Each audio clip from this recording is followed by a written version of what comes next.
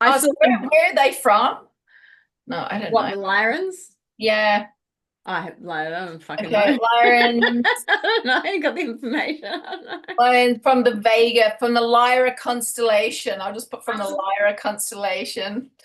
oh, Um, are we live already? We are live. Juliet, we are live. I We're know, live sorry. already. From the Lyra constellation. Juliet, how about listening to me? Juliet, I we're live. am. I am, but it's Live. coming, it's not coming through. Juliet, we are live. Oh, that's echoing so bad. Yeah. How about listening to me? How about listening to me? We're live. Hey. Okay. Hello, everyone. Welcome to YouTube. This is Walking in the Shadows with Cryptid Women's Society. What a starting point. We are technically challenged, as you all know, and this is our very first time Zooming all the way straight into YouTube. So we're screwing it up relatively quickly. So, you know, Hey, don't judge us. we're doing well. We are doing Um, okay. hey, Juliet. Oh, I Yes. beg your pardon. Juliet from the Lyra constellation. We were just trying to find one. Today I'm Captain Lisa of the Draconians because we all know she's a little bit reptilian in her behaviors and the way that she deals with stupidity around the world. It's just the way it is. It's not my fault. Yeah, I think we're all a little bit that way. So I don't know. I'm still tossing up. I've definitely got the whole resting bitch face for the reptilians. So I think that works well. Everyone's like, "Oh, she's Fucking always so hate you. angry." I'm like, "No, it's just how I look normally." She's just a fucking bitch. I always look like this. What's your problem? Oh my lordy lord. What are Uh, we talking about today, Miss Juliet? oh my gosh, we are talking about the Galactic Federation, which is like, wow. So this is going to be a very tongue and cheek episode. Hard out. We just thought it'd be really funny to go into, or fun to go into like the species, because I know some people out there are very serious about this, going into the Mm. different species that are supposed to be part of the Galactic Federation. We are going more into the Galactic Federation and the government and all of that kind of stuff next week. Lisa is going to be running that one and, talking about governments, just like all the government stuff, the connection, are they, basically in cahoots with the Galactic Federation and all of them. But this week we thought we'd just kind of focus on who are the main runners that are, in the Galactic Federation. Have a bit of fun. Let's kind of discuss each species. I mean, apparently there's like thousands of different species, so For who sure. knows? For Who sure. knows what's going on there? But we're just kind of doing the main players that we know about, and right from your Arcturians and your Nordics, the very serious, very pretty human ones, down to like the reptilians and the insectoids. So some very Insectoids. insectoids or whatever they're called. I don't know. There's Are so they the praying mantis dudes or like the mantis, ant-looking ones. Yeah, yeah. the ones that are known to be not so nice. Especially Yeah. the mantis ones have got a bit of a bad reputation of being, involved with abductions and really Sure. traumatizing their victims, basically. So, Hmm. so Yeah, we're, and it's we're interesting. not, yeah, we're not making fun of abductions and all that kind of stuff, No. but we're going to have a bit of fun about the different species, and what we think, and just add your comments in. What do you think? Oh, for sure. And I mean, like, I was gonna say, like, there's stories of like, the ant people and the insectoids and that sort of stuff of coming from, inside the earth, or, like you're talking about ancient peoples and civilizations and petroglyphs and all that sort of stuff, and these civilizations drawing these Yeah. creatures on rock art and that sort of stuff. And so like Thousands of years ago, thousands of years ago, yeah, and they've it's been around like, for a it's long not like time. it's a modern thing, is it? It's not a Yeah, for modern sure. thing. For sure, This for sure. is, this kind of stuff goes back, saying the hieroglyphs, the pictures, cave drawings, writings, that they just go back so far about all these different types of creatures. So we, going a little bit into that as well. And yeah, we'll see where the conversation takes us. We've got a couple of crazy videos to show of people channeling like people, something. Well, I guess then, okay, so Jules, look, we are connected to the paranormal. We delve deep into the paranormal. We delve deep into ufology as well, and cryptids, obviously, and ancient civilizations, and then the connection of the indigenous people to these stories and to these kind of realms, I guess. Yeah. So what is your view before we even start laying out any information? We start like kind of delving into the Galactic Federation and the Confederation of Planets and the Council of Nine and all of the other stuff. What is your view? Do you believe that the Galactic Federation is actually a thing? Do you think Earth is surrounded by alien species that are sitting in a mothership? Blah blah blah. What do you think personally? That's a very big question. I think there is some connection between the governments and the aliens. That I do believe. I believe that there is something going on there. There's been too much kind of information, whistleblowers, and we know, like Project Blue Book and all these other things are slowly getting released, saying, oh yeah, there's aliens out there. I mean, we already know that. We already know that there's ships, but we also know there's a difference between military kind of looking alien ships and then what are actual extraterrestrial kind of ships. So I do honestly think that there is some kind of an agreement there, definitely. The Galactic Federation, I don't know. I really find that one hard to swallow. Only because Lisa knows me. Lisa is the alien guru and the UFO guru. No, not guru, not guru. Not guru, but God. She's a lot more into it. But the more I kind of investigate stuff, the more stuff kind of comes out. I know there have been thousands of abductions and stuff like that, and some of them are absolutely horrendous. Other people have really good experiences. So I do believe, like in people, there are good and there are bad. Yeah. So there's got to be this whole, we can't go, oh, all the aliens are all good or they're all bad. There's definitely the difference there. So it's a work in progress for me. Like I've gone through like some of these species and stuff like that with an open mind and gone, okay.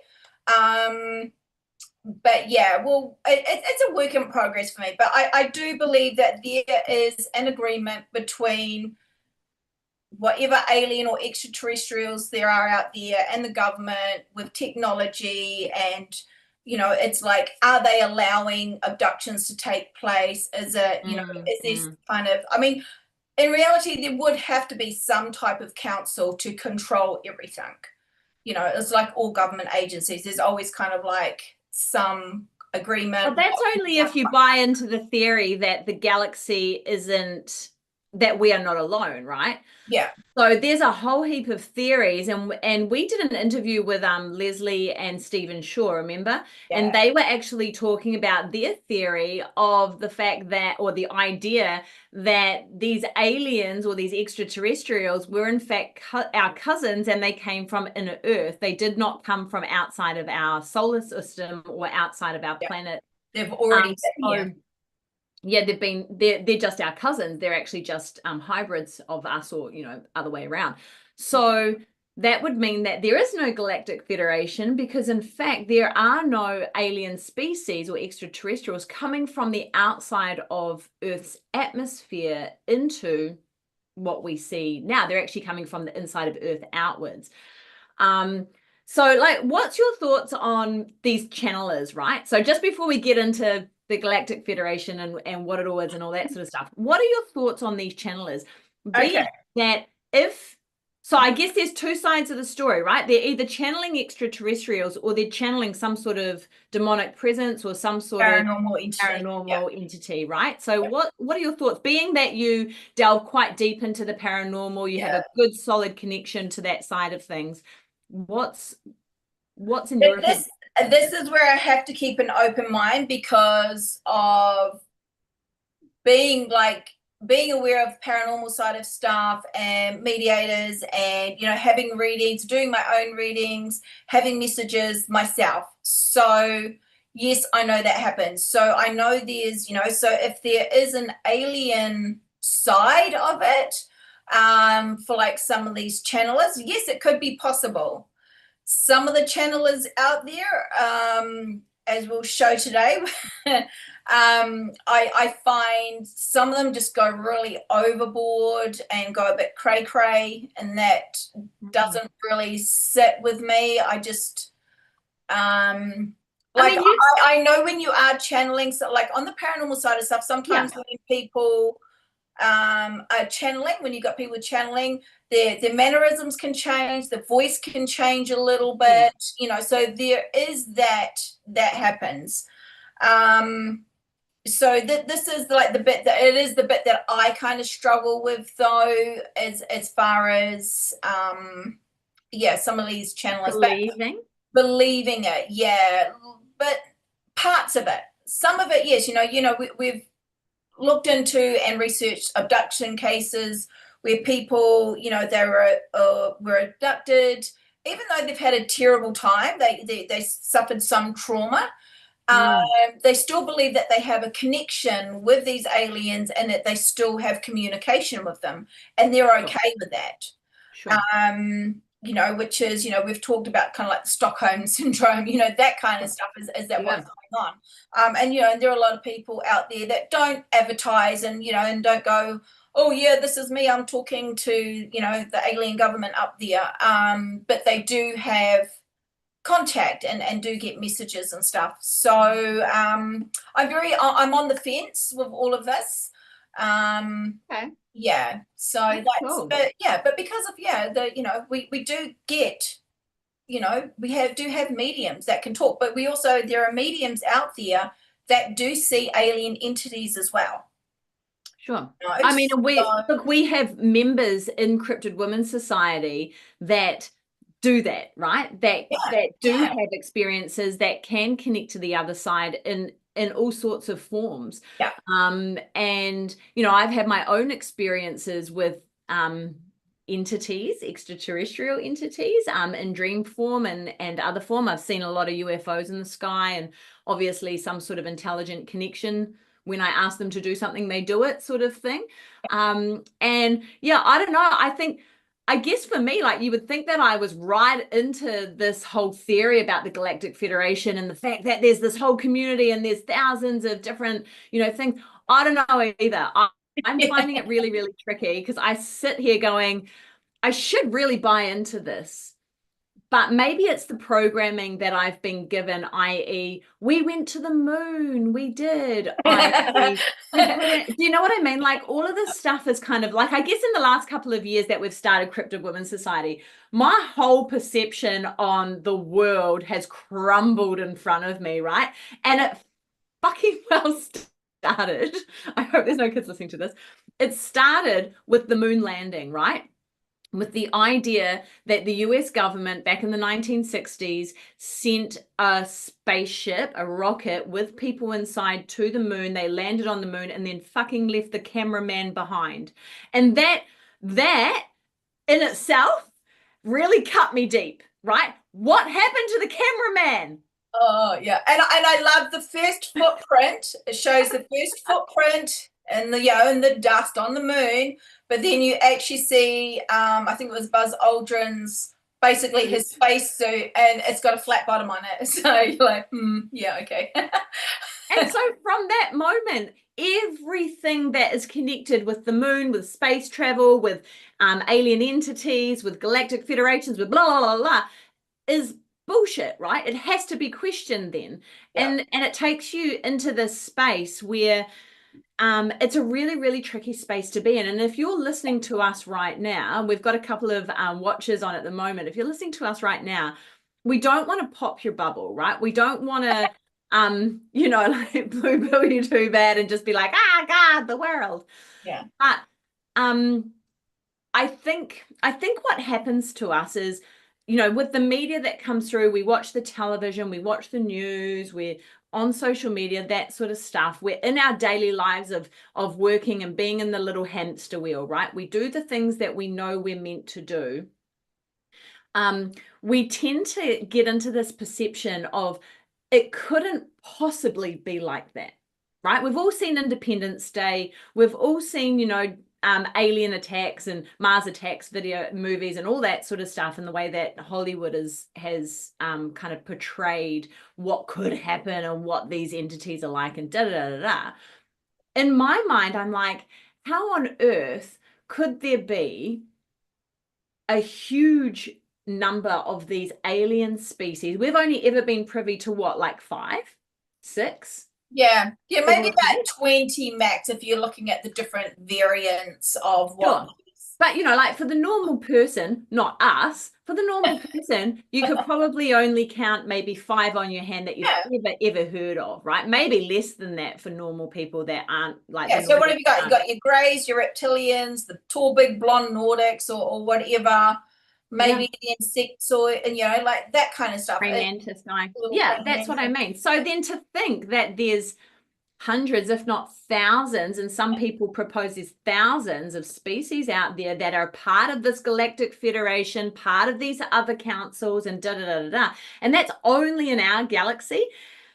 Your mind has to bend in such a way to go, that's correct. And I imagine, like, we've done a fair amount of research on this for next week's as well, because like you got to dive deep into it. It's a huge, freaking huge topic.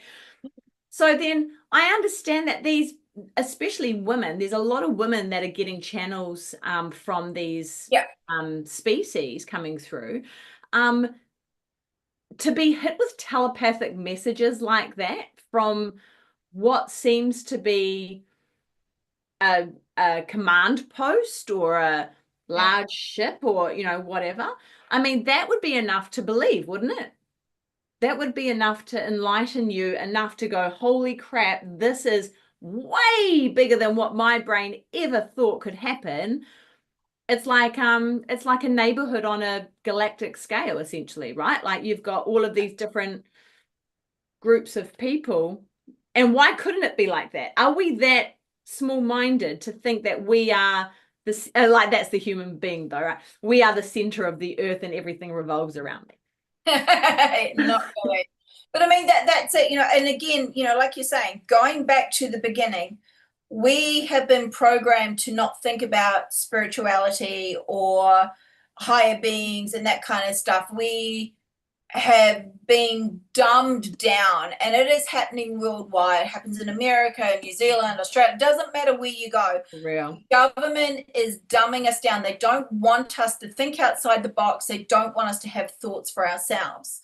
So, and it also goes with the religion, where everything is based around the Bible and Jesus and Christ and all that kind of stuff. But the more you go into this, that is all that comes from thousands of years ago. What's written in the Bible, and then it's been kind of changed. I'm not trying to upset religious people in any way, shape, or form, but it has been changed so much to give a patriarchal point of view. Sure. And and if you go back into these civilizations, a very, very high percentage of them were matriarchal run. Yeah. They weren't patriarchs. So it's like there's like this whole, so you're constantly trying to decipher what's real, what's not real. And, and the more you go down those rabbit holes and you listen to people talking, there's just so much that you could go into. And it does. And, and I know for you come from a religious background. I don't. So for me, kind of opening my brain to it and kind of listening to different sides, I'm like, oh yeah, okay, that's cool. But for people that have been brought up with the Bible and all that information, or the Quran, or any of that kind of stuff, it's very, very hard to shift from that. And it is such, and we hear from people, that have been brought up in the church and having experiences, whether it be seeing Bigfoot, having a UFO experience, having paranormal experiences, and the struggle that they have trying to understand what they've seen or what they're trying to deal with, where it's not explained in the Bible, or it's just seen as complete evil, and it's not. So that's my struggle with the religious side. Everything that's seen is evil, and it's not. And the thing is, Jules, is I love the fact that you've brought that up, because it isn't the Bible. There's so much that's in the Bible. Yes. But it's the delivering, right? It's the pastors and the imam and the other people that are in these religious strongholds that deliver the information to the people, right? And they are the ones that are ripping everyone off, because there is every sort of cryptid you can bloody imagine in the Bible. It's a super exciting piece of historical work. And it's amazing. And when you read it correctly, and that's why I love like the guys on Blurry Creatures and other podcasts, like Christian podcasts like that, because they go right into it and they will go through the scriptures and then talk through it. And then they bring on some amazing pastors over in America. And I just speak from a Christian perspective, obviously, because that was what I was raised in. But they bring on some amazing pastors through America that are actually starting to delve deeper into the Bible and into those works and those, spiritual writings, and going, here it is, here it is, here it is. Let's look at this and let's unpack this. And it's starting to bring this kind of, I don't know if you want to say, enlightening into the world, but this is part of what the Galactic Federation kind of focuses in on. It's that rising of the celestial kind of awareness, so that we then can't be controlled by my Captain Lisa of the Draconians. Like can't be controlled by the reptilians, aka Draconians, and the Orions, So everyone is talking about the spiritual awakening, and everyone can feel it. We all know that there is something happening, that there's no getting around it. It doesn't matter whether you talk to people that are into this kind of stuff or not. They'll all be like, oh, I think UFOs and cryptids and paranormal stuff's all foo-foo, but I do feel a change. So there is this ongoing kind of struggle there, and that's it. Who are we to say that it's not a Galactic Federation, that it's not actually up there, and they are here to protect us, but I mean, like we said, we've heard so many stories. They've come from the middle of the earth, they're living under the water, they are there's just so many. We are basically got a big bubble around us because we put our naughty finger on the nuclear bomb. That's the part I love the most. That was our funny, but that was one of our first ones. Yeah, we're very naughty, and we're in a big bubble because we were naughty, and they won't let us out. They won't let us out. You're a bad bitch. So and that's it. Draconian, the reptiles are running Hollywood, and so there's so much stuff to unfold, and this is where we have a bit of fun with it, because like we can go into it with an open mind, have a bit of fun with it, and so that's okay. So thank you for spelling that out. We went a little bit deep than what we were going to do for our introduction, but all right then, great. Hey, I like your cup. That's a bloody cute cup, isn't it? $2 shop. I've got nothing. Oh wait, I do have this. I was going to fill her up today. Meet Jenny's friends. Jenny's new friends. Thank you, Katie, for buying me that. Hey, so before we go real deep into the Galactic Federation and all of the amazing species that are connected to this, supposedly, let's try and change Juliet's mind on it. I'm sure it will. We have an announcement to make. we've actually got a couple. So the first thing I want to say is we have the most amazing privilege that we are just so excited about. And number one, we want to say a big, giant welcome to all of our Cult of Conspiracy members watching us right now on this episode. Thank you so much for having us. This is one of the coolest opportunities ever. And basically, we were invited by Jonathan and Jacob over on the Cult of Conspiracy to be a part of their channel, their podcasting channel, with a couple of other amazing, amazing shows that are already over there. And so over on the Cult of Conspiracy, you will now be seeing the Cryptid Women's Society segment. So come find us. There'll be a whole heap of our live streams on there, but there'll also be other interviews and guest podcasts and all sorts of bits and pieces on there. So all you have to do is go and jump onto Cult of Conspiracy. They're all over anywhere you find podcasts. And if you want to see our beautiful faces, all you have to do is jump onto their Patreon, and then you get to see us in video format as well. So and also our little R18 dungeon talks will be going over there too. So they'll be behind closed doors, I think. So 100%. So yeah, that's so exciting. So thank you for having us. What a cool opportunity. What's the next thing on the list, Jules? What is happening? Have you got one? I'm about to have a really big thunderstorm right now. I apologize for if I get cut off. That means the power's gone off. We've already had power cuts and stuff going on at the moment. We've got massive storms, wind, everything going on. So Lisa will have to take over. That's okay. Do you know what? In New Zealand, we very rarely lose our electricity. But I do drop the internet all the time. I don't know what that's about. But in Melbourne and Australia, oh, bloody useless. Absolutely useless. Yeah, like we've had a few nights here with no power and stuff like that, so it's been a little bit annoying. So I do apologize if I suddenly disappear. I will try and get back on. Amen. That's all good. I've got an announcement. I've got another one. So as everyone knows, we have an amazing membership running. You can jump into that membership and get yourself a Truth Seeker subscription right now by going over to cryptidwomensociety.com. And we have some amazing women that are a part of that membership. One of these women is the beautiful Heather Moser.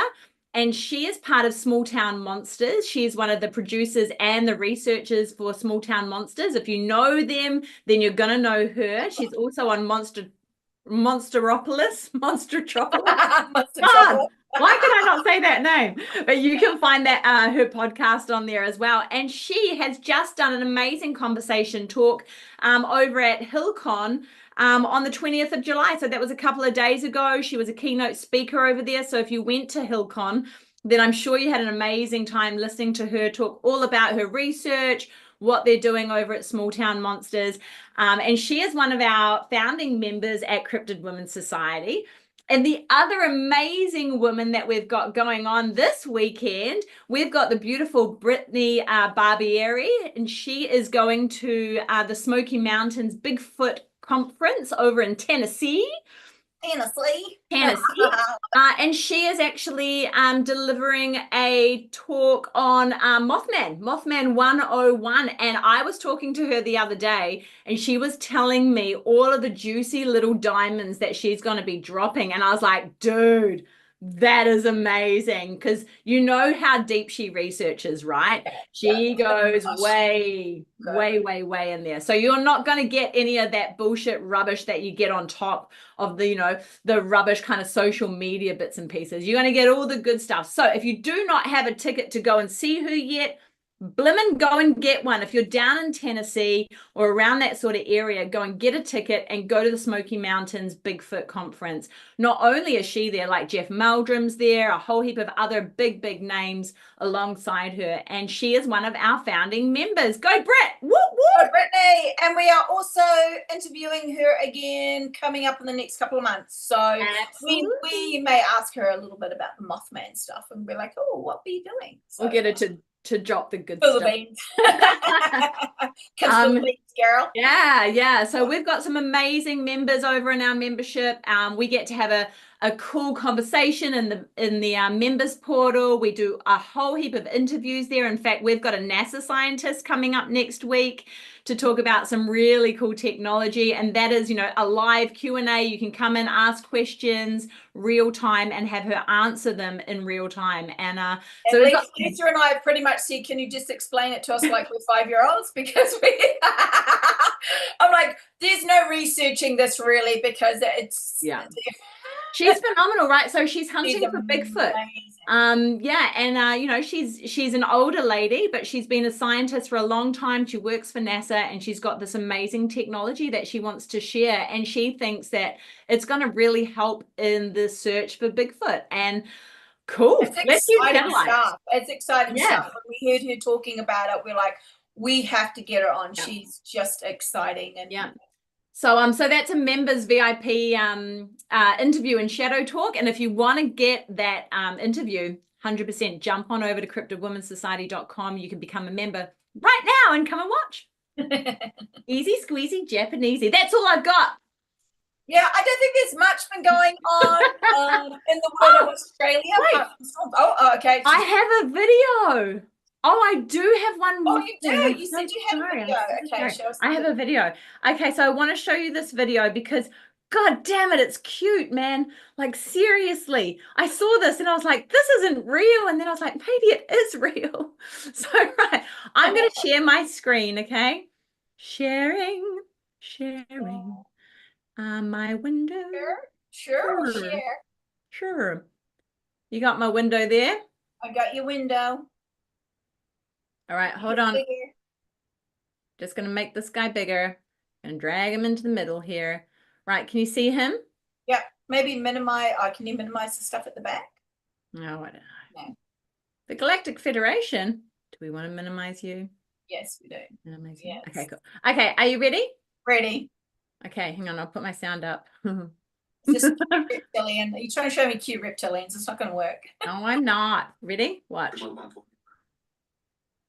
Look at this dude. He's a Charmander. He's real. How cool is he? He's got a little fire tail. What do you reckon? That's crazy, right? Okay, has that been debunked? No, so it turns out that he's a real guy, right? He's a real type of lizard, super rare, but he's over in Cambodia. And I was like, oh, I love Cambodia, #1.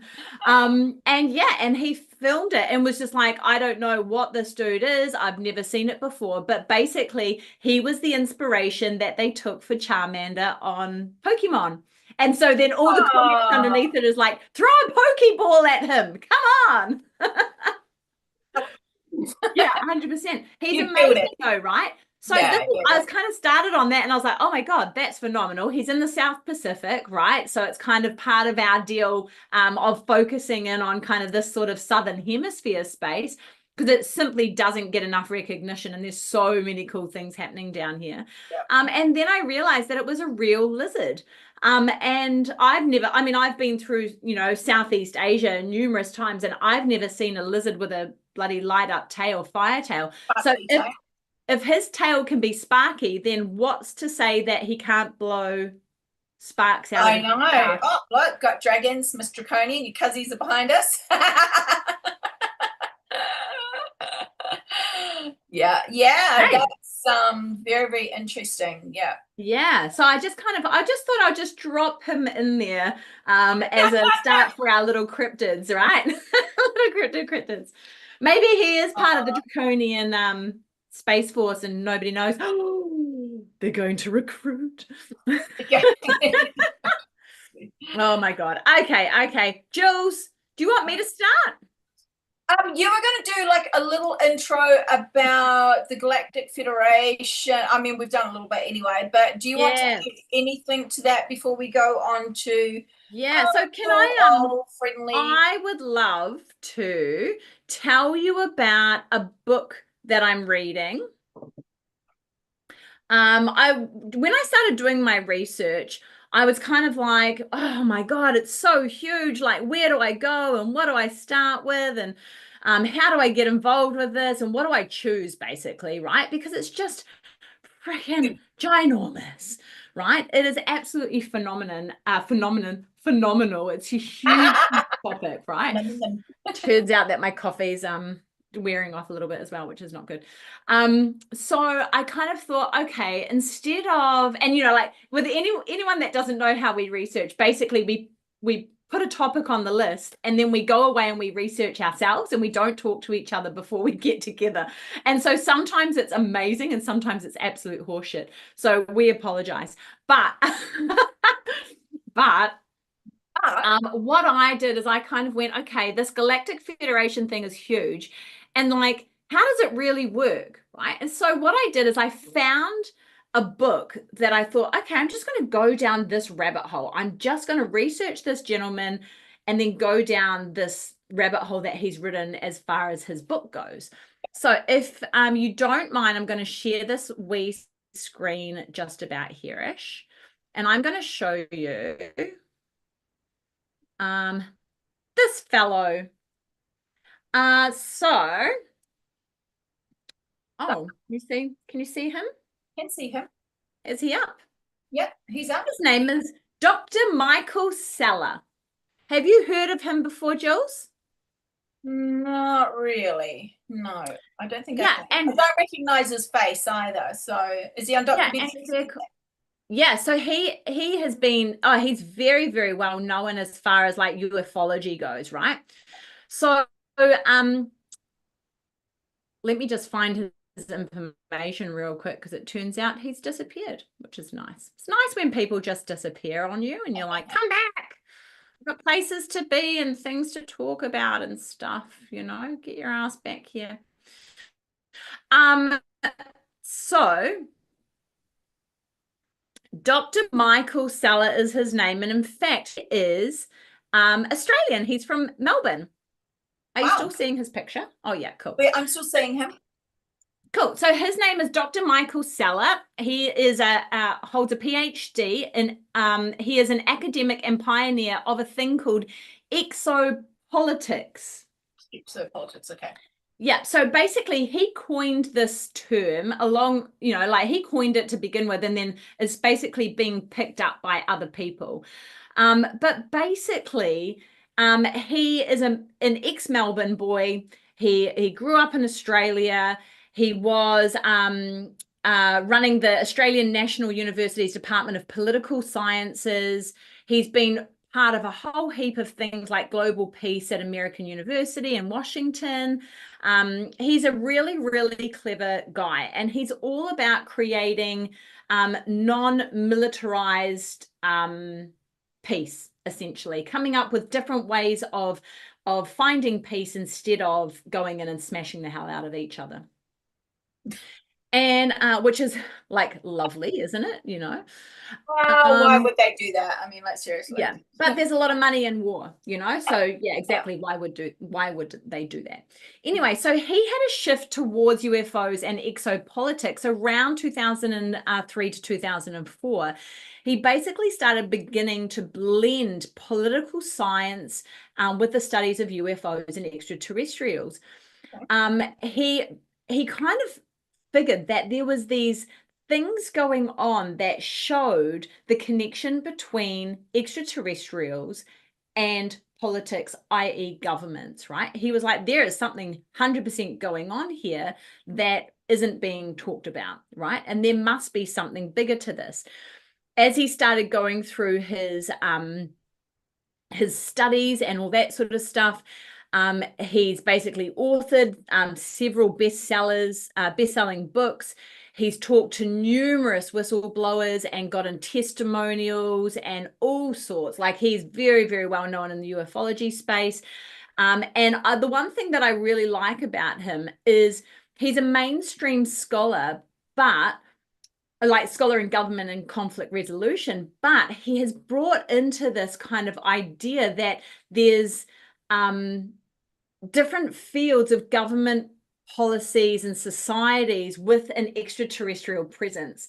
And I like that because a lot of the time you only hear about like eyewitness accounts or abductions or government whistleblowers or whatever, and then you miss all of this other kind of really relevant, important stuff that is missed, and then all of a sudden you kind of like, oh, it's all hearsay, or it's all pretend, or it's all, oh, that's just what that person was going through. Well, actually there's a whole heap of documentation, including case file studies. There's a lot of reports, government reports and documentation that shows there have been meetings, there have been all of this sort of other stuff between governments in the world, on Earth, and extraterrestrial civilizations. And we'll go more into that kind of in our next one, but it's really important to kind of understand what the layout looks like. And remember, these are just opinions and theories of people, right? We don't know. We kind of sit on the fence of this at the moment, but this could sway Juliet. I feel like we could. No, I mean, there is, like I do believe, like I'm saying, I do believe that there is an agreement between ETs and the governments. So there has to be other involvement there, down through the levels. So yes, so this stuff, this is really interesting to me. So I may have to read his book. So he's actually he's authored a few books. So let me show you these guys real quick. Real quick. I gotta tell you, I really like Zoom. This is choice. So he's written a couple of other books, and when I say a couple, I mean like 7. You can see these ones, Space Force. They work on through the years as well, especially for his journey through ufology. Insiders, US Navy secret space programs, Nordic Alliance. I love the one, The Antarctic's Hidden History, and that's something that I really want to go into because he talks very clearly about the Nazis and the reptilians or the draconians down there. And then his latest Space Force. It's definitely a subject that you and I are really interested in, doing the Antarctica, but we realize that we need to find a lot more information before we come to the table. There's just like so much hidden stuff. So, but it is kind of like up on our radar of something to research, and But I also think like one of the things, it's just there's so many different perceptions and opinions on it, and I think that's the way it should be. I think that's the way it should be. Just like when some people can see apparitions and ghosts and spirits, and some people can't. Some people never had any 100%. Some people are in tune to see UFOs and things like that, and then some people just never. I truly, honestly, always thought people saw stuff. Right? I remember when we first kind of started talking about this stuff, and Juliet and I have known each other for 20 plus years now. A long time. I mean 5 years. Sorry, the Botox thing. Sorry, we're just trying to turn the time back. Maybe the reptilians can help us. But I always truly, honestly thought that people had paranormal and UFO experiences because that's how I've always grown up thinking this. And then I kind of realized that there was a lot of people interested in it, but there was not that many people that had these encounters. And I was blown away by that.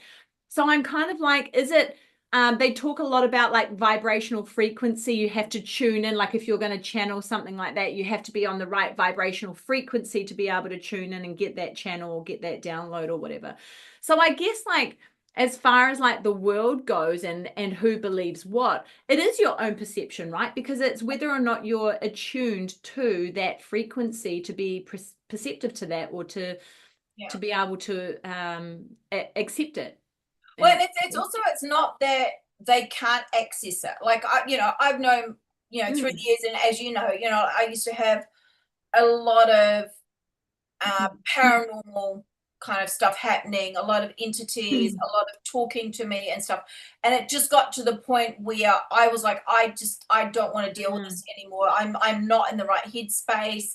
It is like taking over my life. And I basically went, nah, no more, get the F out of my life and just stay away. And it did for a long time. But now that we're kind of getting back into it, I mean, don't get me wrong, I still had encounters and stuff, but it was just like, I don't want them, just get out of my space. You're not welcome here.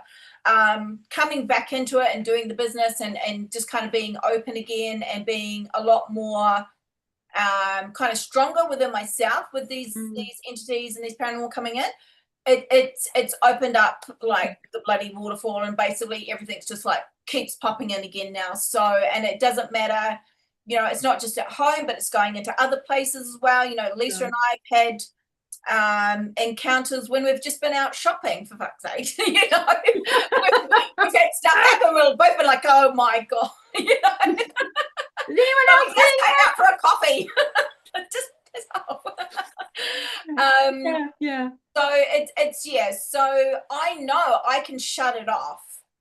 So it's like, if I want to open myself up to it, you know, so that's it, you know, like going into like the alien stuff, I'm still very wary because, you know, and I always say this, if I ever get abducted, it's going to be Lisa's fault because she's so open to it.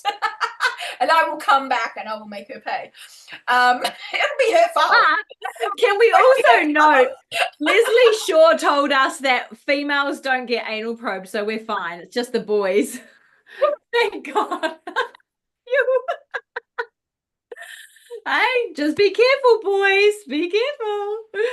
Oh my God. Yeah. God. Woo. So yeah, so it's, you know, so if you are closed off to stuff and you don't, you know, there are ways of opening yourself up if you want, but find a professional. Find a professional, do it in a safe space, protect yourself before you go in, know how to protect yourself. And if you are interested in anything like that, ladies, that is what Cryptid Woman Society is about. We teach you, number one, how to protect yourself, not only from the spiritual, but from the physical side of stuff as well, religious. And then, you know, we have got women there who will work with you to open you up and, you know, but in a safe space. So, yeah, just kind of putting that out there. More for the paranormal stuff, not so much alien stuff. Apparently, and we're going off topic a little bit, but well, it's not really, but apparently, one of the ways you can tell if you've been abducted is by putting your pajamas on backwards before you go to bed. And then if you wake up and your pajamas are right side on, done deal. You're in trouble. You know something's happened because you went to bed with your pajamas around the wrong way. Okay. Little things. Okay, So let me introduce you to Dr. Sellers' book that we're going to just take a couple of snippets from, and let's talk about those snippets because I think they're really interesting. His book is called The Galactic Federation's Councils and Secret Space Programs. And Secret Space Programs by Dr. Michael Suller. Book 7 of the Secret Space Program series. And I wouldn't mind reading his other books because this was, I've only read a small portion of this, and this is a really, really interesting book. And whether or not I believe all of it, whether or not I take it all on board, it's really well written, and there's some really, really some good receipts in it, you know, like you want people to bring sources and bring receipts to the table. So I found this really, really cool to read. So I've just highlighted a couple of parts that I thought were kind of really important and good talking points. And obviously this is a very, very short version of a part of the book, right? I certainly haven't gone through all of it. So chapter 1 goes to the Ashtar command. Have you heard of the Ashtar command? No. Not the Ashtar. Well, let me, and this goes way, way deeper. We're going to add on to this in our next talk about the Galactic Federation and the connections to taking notes. Earth's, Earth's government. So, first of all, I've got a wee little quote. This is from Brillian Ashtar Galactic Command. This is a guy called Brillian who is from the Ashtar Galactic Command. You know now that we are here and that there are more beings on and around your Earth than your scientists admit. We are deeply concerned about you and your path towards the light and will do all we can to help you. Have no fear. Seek only to know yourselves and live in harmony with the ways of your planet Earth. Very So American of them. very nice, very poetic. But also, so Brillian is said to be the Galactic Commander, or the Ashtar Galactic Commander, who is one of the big motherships that is orbiting Earth, as far as, and it goes so deep. No, wait, no. Hold on. Okay. Next week. So, and this is going to just jump around a little bit, okay? So bear with me, stick with me, ask some questions. I'll try and answer as we go because it's quite deep into this, right? And I don't want to go too far, but you have to know the basics, right? Yeah. Okay, so let's talk first about, so just put a pin in Brillian, okay? Ashtar Galactic Command. So let's talk about a gentleman called George Van Tassel, right? George Van Tassel. And I'm literally going to read directly from Michael's book, okay? So the first public references to an extraterrestrial organization visiting Earth were made in 1952 by the famous contactee, George Van Tassel. Today, that space-based organization is widely known as the Ashtar Command, named after its alleged leader, Commander Ashtar. Ashtar, along with numerous subordinates and other extraterrestrials of unspecified affiliation, established a direct telepathic communication link with George Van Tassel. At the time, Mr. Van Tassel was the owner of a private airport at Giant Rock in California. Remember, this is in 1952. Earlier in his career, he had worked as a mechanic for 22 years in the aviation industry for major companies such as Douglas Aircraft, Howard Hughes, and Lockheed Aircrafts. Lockheed Martin, anyone? Let's just put a pin in them. His contact experiences began in the early 1950s with telepathic messages, and he later had his first physical contact in 1953 with an extraterrestrial called Salgana. George Van Tassel is best known for organizing the Giant Rock conventions that began in 1954 and continued until 1977. And I just want to share my screen and give you... So what were the rock conventions about? Sorry, hold on. Ooh. What am I doing? A second. I'm trying to be technical, team, but we know that this is a struggle for Lacey. Okay, let's not get too excited on it. Oh, shit. What am I opening? All right, there we go. Ah, okay. Okay. All right, so this is the very first kind of whatchamacallit, like a picture, a ticket, right, of the very first UFO convention, right? Very, very first UFO convention ever. Yeah, I thought this was just so cool. Oh, I like that. Yeah. So he was best known for organizing the Giant Rock conventions that began in 1954 and continued until 1977. So they went for 30 odd years, right? Or 20 odd years, 20 and a bit. These were huge UFO conventions, the largest UFO meeting ever held, which took place at Van Tassel's airport home in the Mojave Desert. Impressively, he would get up to like 11,000 people coming to these conventions. That's mental back in those days. That's crazy. All of the leading UFO researchers and contactees at the time would obviously go to these. The interesting thing was he obviously had rapid growth in popularity, which disturbed the public authorities. Of course it did. The FBI in particular went to great lengths to tarnish George Van Tassel and the Giant Rock Convention supporters, branding them as communist sympathizers, plotting to overthrow the US government. I wonder how many men in black turned up on his doorstep. 100%, 100%. Yeah, absolutely. So despite unfounded accusations made public by the FBI efforts in tarnishing the flying saucer movement, and remember, this is, just after Roswell, there was a whole heap of, flying saucer stuff going on.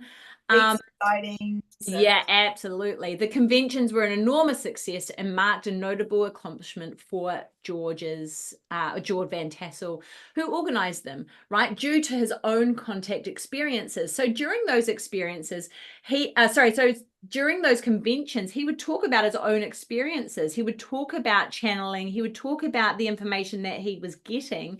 And by that point, he'd already had his first physical experiences and connections with these entities that he was talking to. Yep.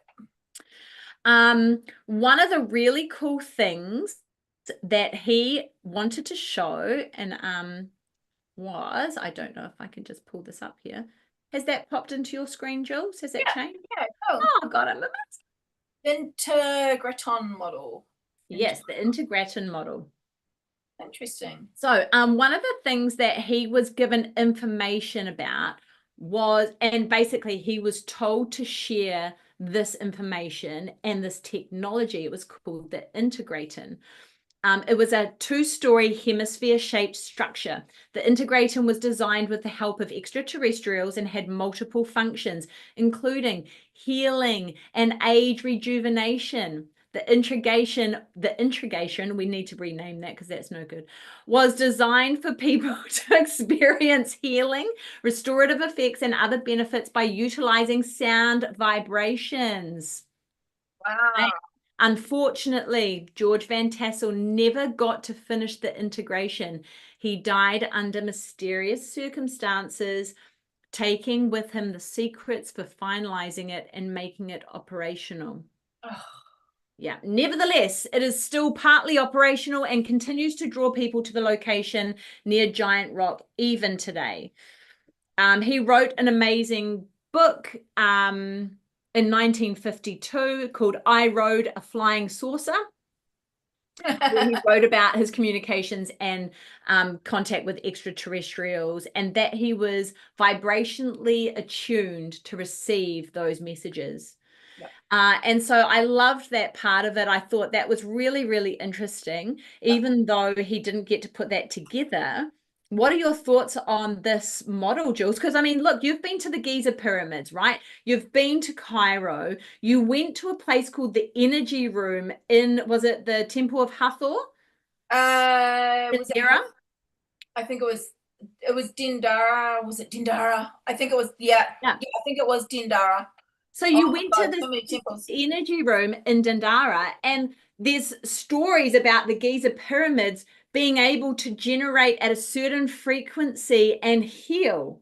So what are your thoughts on something like this, a structure like that? I do believe in healing frequencies. I really, really do. Yeah. And sound, like the sound, it's been proven.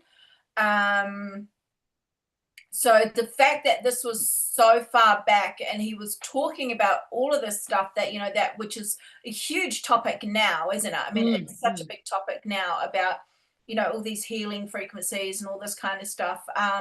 Yeah, I find that really, really interesting. I do. 100%. And this is the first mention of the Galactic Federation in the 1950s, right, by George Van Tassel. And so by this point, they would have had that contact after Roswell and stuff like that. Because when was the Roswell was 1947. Yeah. So because the agreement and stuff was made supposedly. So interesting. Find that really, really interesting that that he got kind of chosen. He's passing on these messages, obviously. So in his book in the 1950s, he also talked about communication that he received on January the 6th, 1952, in introducing several beings who claimed they resided in the alleged space base, oh my God, called I don't know how to say this, scare, S-C-H-A-R-E. S-C-H-A-R-E, Shari, the Shari or Shari? something. It could Yeah, be sure. Shari. So that's what the space base was called, and apparently it was located 72,000 miles above Earth, from which smaller flying saucer craft could visit our planet. On March the 7th, 1952, so a few months afterwards, George Van Tassel received the following messages. Greetings from the realms of Shahir. Sure. Watch your skies in the months of May to August. The extraterrestrials were predicting much UFO activity during the coming summer. And that is exactly what happened. There was a spate of flying saucers all over everywhere, including, there would be a global buzz, and that's what they said, including over most of the main cities throughout the US, including Washington. There was a Washington flyover on July the 12th to the 13th, where they were like huge amounts of UFOs were seen in formation across major cities. And so there was a few predictions that had come true, and you can read them in his book and then actually connect them. The Ashtar commander basically turned around sent him a message and said, do not be confused between what you call fireballs, flying saucers, and cigar-shaped objects all seen by your people. And this is what got me. This was in 1952. This was on April the 27th. This message came through, and they're talking about cigar-shaped objects, right? This is coming from Ashtar Command representative, right? So do not be confused between what you call fireballs, flying saucers, and cigar-shaped objects, all seen by your people. Those cigar-shaped ships are spaceships from a neighboring planet. And as you know, the fireballs are ships from Blau, B-L-A-A-U, in brackets, galactic sector our solar system is moving into. Our so-called sources are from Shar, which is the big base, 72,000 miles above Earth. Some of the cigar-shaped ships are not investigating with peaceful intent, and our investigation concerns them as much as this globe. Sorry for the flat earthers. We shall keep a close watch upon them, and they know it. Buddies. And you're in trouble. Man, this goes really deep. What are your thoughts on that so far? When were the first cigar UFOs? That's great question. Let's have a quick look. I mean, we had like the Kaikoura lights, which were kind of cigar-shaped lights and stuff in New Zealand even. So 100%, yeah. Yeah, so that's really interesting. Cigar-shaped UFO. Yeah. That would be a very interesting book to read. Put the links down and that would be very, very cool. Yeah, I'll drop that down. And very interesting. Absolutely. Yeah, I mean, it does. I mean, this is it. The more we research and the more stuff like this comes out, you know, and these books are written like, you know, 20, 30, 40 years ago, you know, saying stuff like that. So, yeah, so that's very interesting. I do find that very interesting. I've got one. A 14-year-old high school student reported seeing a large cigar-shaped object near Staunton in December 1964. Okay. Apparently the Oumuamua. Oh, no, that's bullshit. Sorry.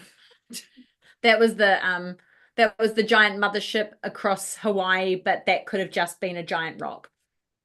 But it seems to know where it's going, but it probably doesn't. So yeah, no. So we will look into that. So that would be interesting, eh? So moving on in his book, he talks about Ashtar Command, how Robert Oppenheimer is connected and nuclear weapons. And I've just highlighted a little snippet in this, and I'm just going to drop this for you and you can tell me what you think, okay? because there's so much connection between this and how the Galactic Federation connects and how all of these other command posts kind of connect in, yeah?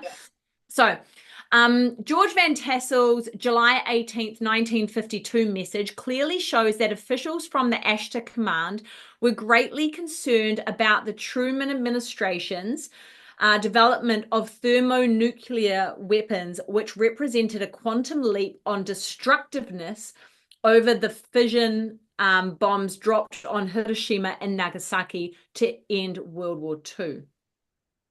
It is very significant that the relationship between extraterrestrial visitors and humanity's development of nuclear weapons had been earlier discussed in a leaked June 1947 draft policy paper intended for President Truman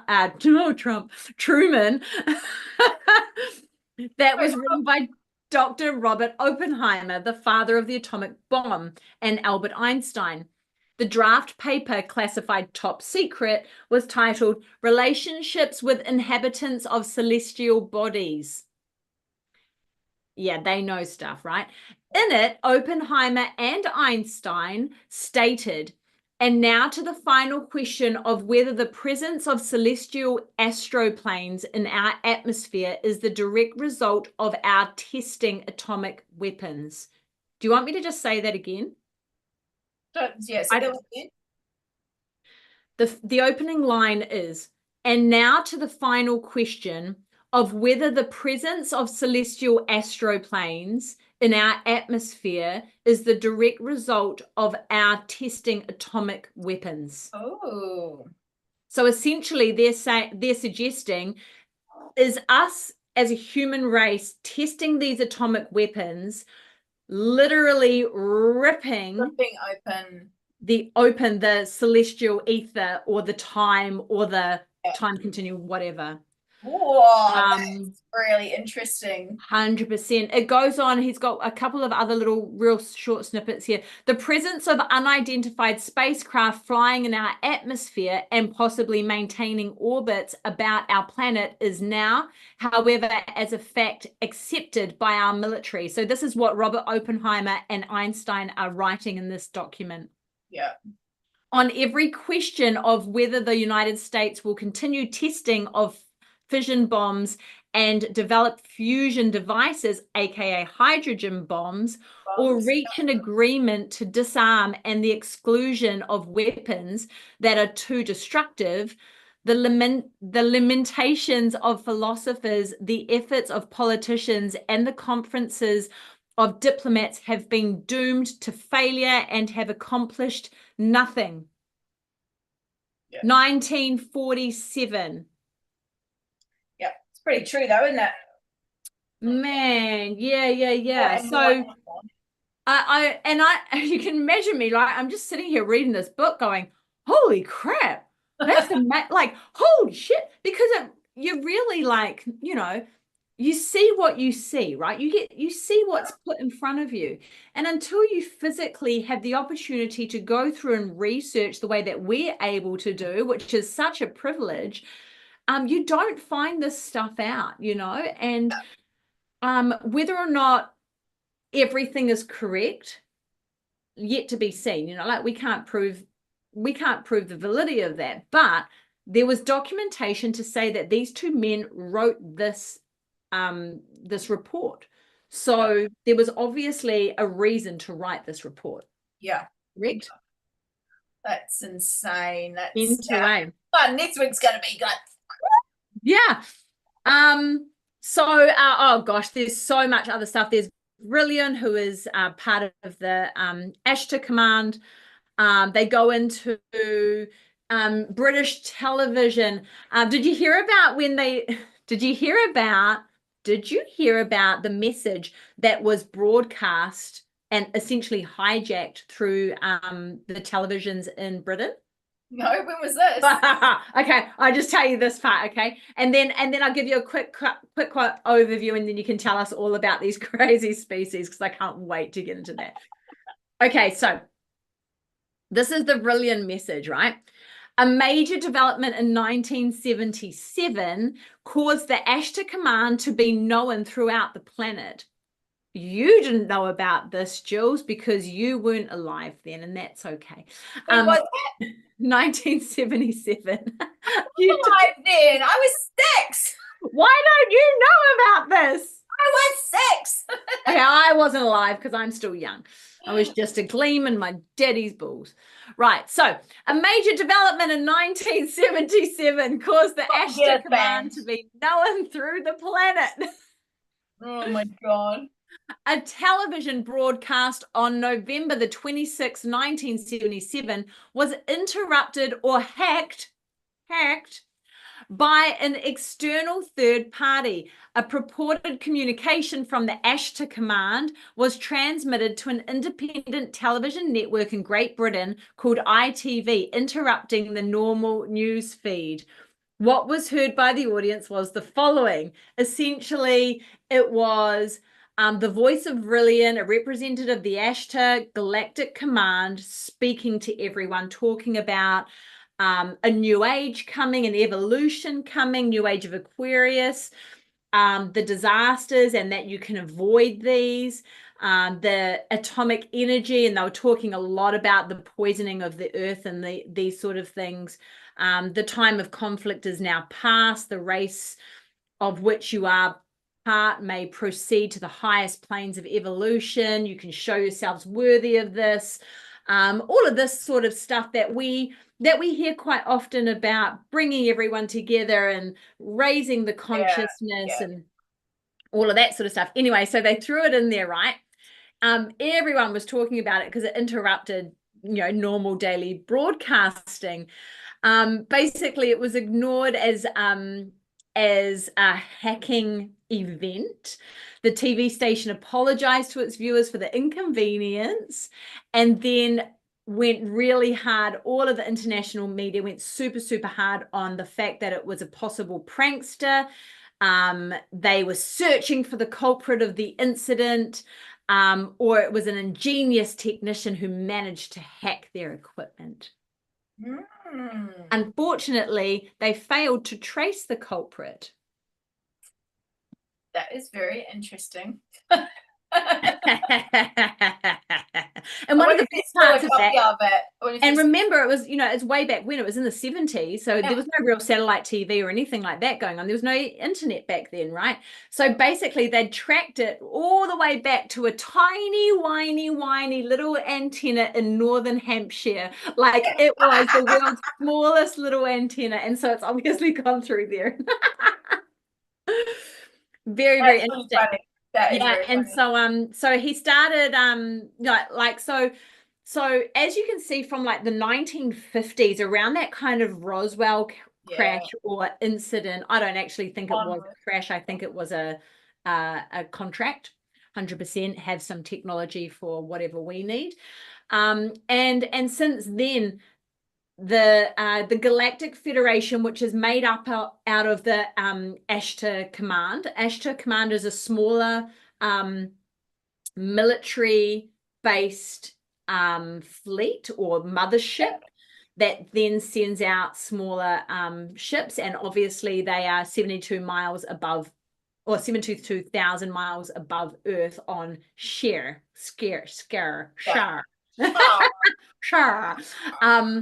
So you have the Galactic Federation, which is made up out of a lot of different races and species of extraterrestrial within our galaxy, right? And remember, there's numerous other galaxies that have been scientifically proven to be there, right? To be out there. We've seen it on telescopes and that sort of stuff. So in our galaxy, it is said to have the Galactic Federation, and some people say it's the Galactic Federation of Light. Some people say it's the Galactic Federation of Worlds.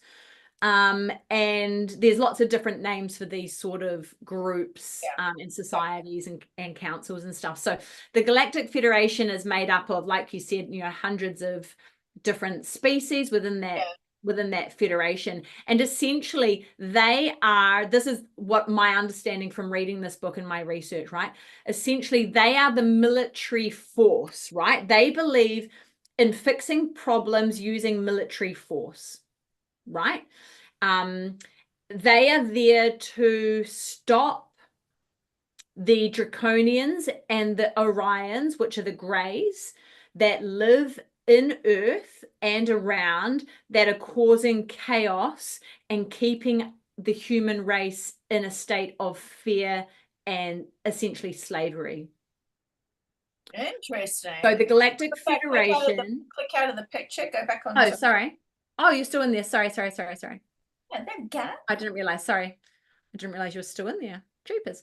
So essentially, so essentially the Galactic Federation is the military arm of something else, right? So they're there to enforce using the military operations and force and that sort of stuff. And they're there to stop the Draconians and the Orions, which we see as the Greys, the small Greys, and the reptilians. We call them reptilians, but they could be seen as the Draconians as well, that cause problems with humanity because we are an evolving civilization.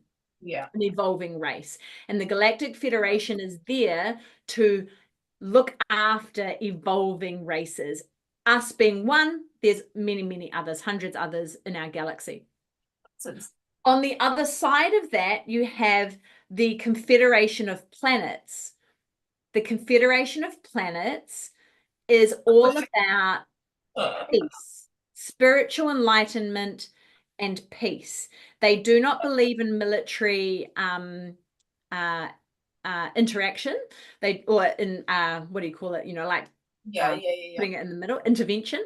So they do not believe in military intervention. However, they work side by side with the Galactic Federation, but they very much go, there's got to be a better way of doing this. Let's work on having this race of people, this civilization, be enlightened.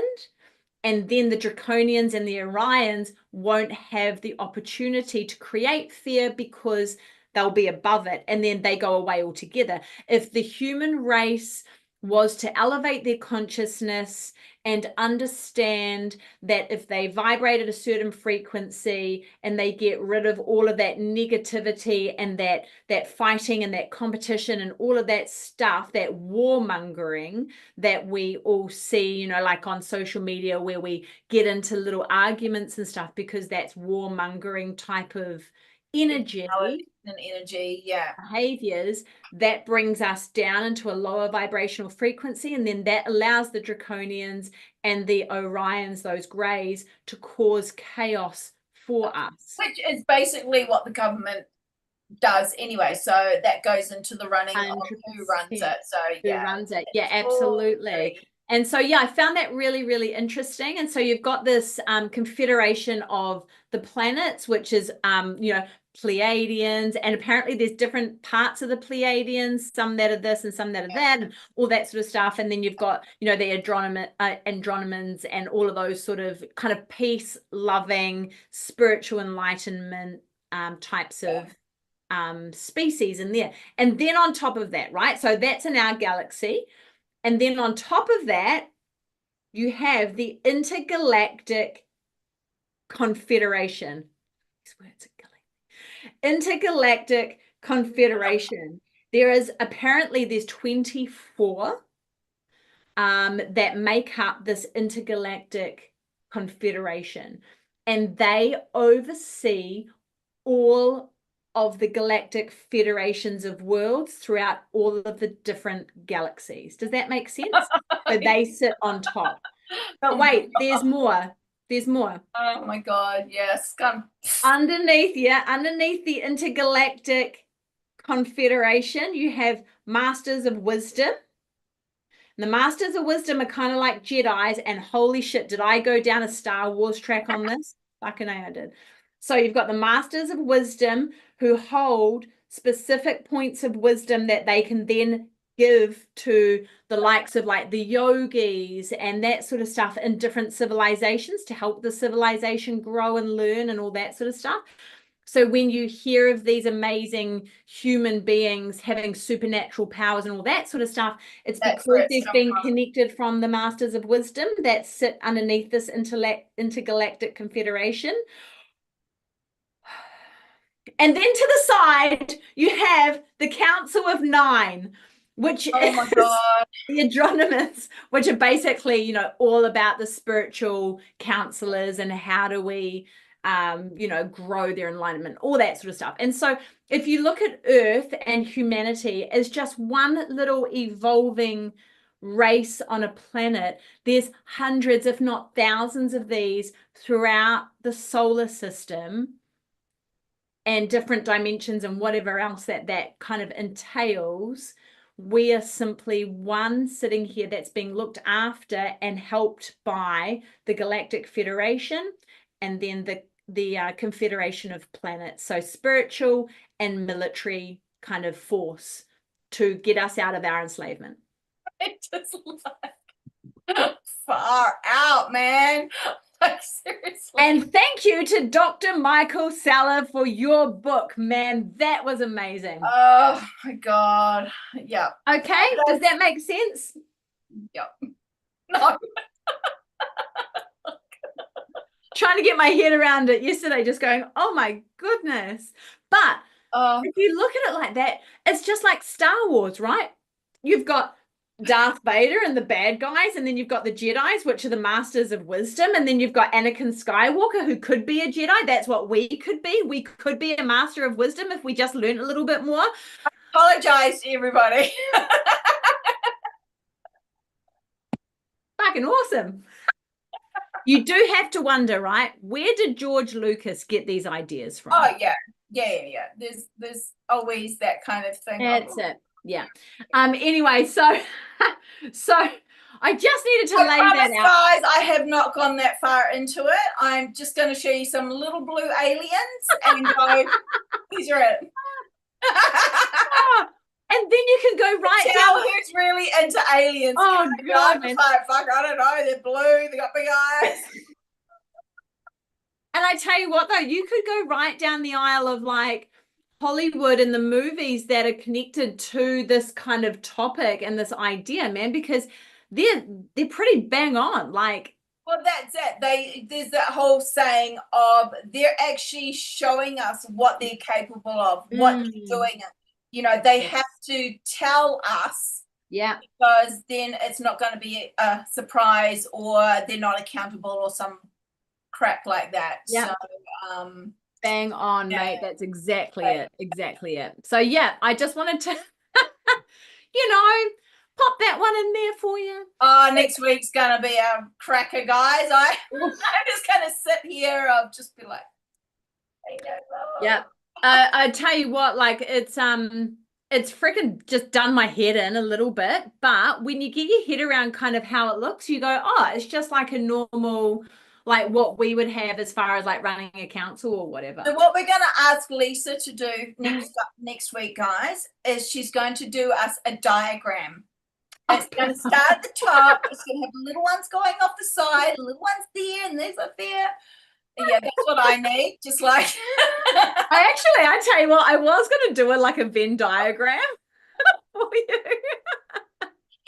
Oh my God, next week. I was going to do a Venn diagram. I'm going to need wine. I am literally going to need wine at 10 a.m. in the morning for next week's one, because that's the only way I'm going to be able to deal with it. So. Oh, it gets super interesting when you start talking about alliances and contracts and government officials. Next week. Right. Anyway, right. So tell us about the species that make up the Galactic Federation. Oh my God, there's so many. I'm just trying to bring up some pictures right now. And do you know what the best part of this conversation was, right? About 3 days ago, Juliet said to me, oh my goodness, I just don't think we're going to have enough information. And I'm sitting there pissing myself laughing going, oh woman, you have no idea what I'm about to do to this show. I am just trying to figure so funny. And I knew it was just going to take forever. But it's really important because you don't want to, like, you know what we're like. We don't just scratch the surface of stuff. Yeah. We like to kind of grip tight on things and then kind of run with it a little bit. And now that we don't have time frames on us, holy shimoly. How do I get onto my open sharing? You just go share the screen, woman. Yeah, share in meeting. Oh, sure. Share. You can just go click on share and then share your entire screen. Yeah, but it's not. Yeah, sharing the meeting. Let's give that one a go. Where? Sorry, guys. Oh, so what are you looking for, darling? Click at the bottom there, the green button. How to share my screen? Oh, there we go. Yeah, the green button at the bottom. This is our technically, I guarantee next session we'll be on it. Woo! Awesome. Okay, what are you guys seeing? We can just see your screen. Okay, can you see that one? Yeah. So just double click on that one and bring it up nice and big. Yeah, it is nice and big. That's as big as it's gonna get, guys. I'm afraid. No, that's not opened. You need to open it. It's not open. That's not open. Double click on that. I have double clicked on it. There we go. No? No. Bring them up again. It is. I have double clicked on it. Oh dear. So you can't see my screen? It just looks like the folder at the moment. We can see your screen. We can see your screen as you were seeing it, which is like 5 or 6 different pictures. Okay, so it's not bringing up that one by itself? Nope. Oh, gosh damn. Gosh damn it. Okay, let's get back out of that one. Stop participant sharing. Get out of your share your screen. Okay. And click back onto there and go into, oh, actually, you know what you should do, Jules, is you should just go and open that picture first. Yep. Open that picture on your screen and then go share screen, and then hopefully that will bring it up. Sorry, team. We love the fact that you guys are sticking with us. Thank you. Just as we get our technicalities all ironed out. This is our first time using Zoom through to YouTube. So we're hoping that this is going to work a little bit better, just so that we can show videos and pictures. And then we can obviously use the content for later and do some reels and stuff out of it. Okay, there we go. Ah, there we go. That's cool. Okay, so this is just kind of an all over kind of, people may have seen this running around. So these are like some of the species that everyone talks about. These are kind of like your basic ones. You know, so you got your Lyran, Palladian, Arcturian, you know, all these kind of like little dudes and stuff like that. So the one I am going to go on, sorry, I'm just going to have to realize I'd have to bring up each one separately because that's going to be a little. That's okay. Juliet's got a really old computer. Her beautiful little Apple is desperately trying to hold on, and we are desperately trying to make it hold on. So she's just got a little bit of lack on there. Awesome. Cool. So these are your blue Syrians. Now, they're kind of like, so the blue Syrians are particularly from Sirius B, often described as tall, slender beings with blue skin, elongated, thin faces, large almond-shaped eyes, lean, flexible build. Okay, so it's all that kind of stuff. Like I find like the blue Syrian, the Arcturians and Palladians, that and Nordics, they all seem to come up with the same type, very similar looking. Yeah, I just find these, so these ones they reckon, so like going through like research and stuff, they reckon that these ones are associated with the shape-shifting plasma UFOs. Okay, so that the ones that are really fluid looking, reflective and shiny. Oh, like the rainbow ones that Kelsey sends to us that she sees all the time? Like the large glowing orbs, generally seen around bodies of water, orange and green, you know, that kind of stuff. So these are kind of like your, like the ones that are,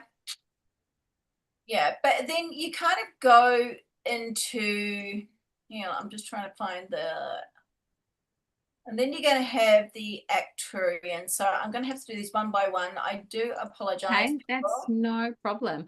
So we have an amazing member, one of our founding members, Kelsey, who sends us videos of little rainbow UFOs. And that's the only way that you can kind of explain it. And I wonder if this is the blue Syrians that are connecting with her, because she is literally like out her window most nights on her phone filming these amazing Technicolor orbs floating around, and Yeah, they're they're crazy. phenomenal. Yeah. They're beautiful looking. Yeah, really Yeah. beautiful.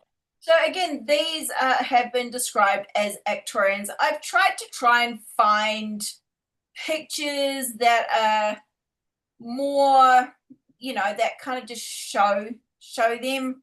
But Sure. they're all kind of like the same. Everything is so very AI generated and stuff. Again, they're very humanoid. So pale, translucent, again, blue skin, large. Sometimes their eyes are described as large and dark, small noses. These ones they reckon are portrayed as being technologically and spiritually advanced. So these are the super intelligent, Yeah. peace loving, eager to help humanity, giving us knowledge, all that kind of stuff, spiritual enlightenment.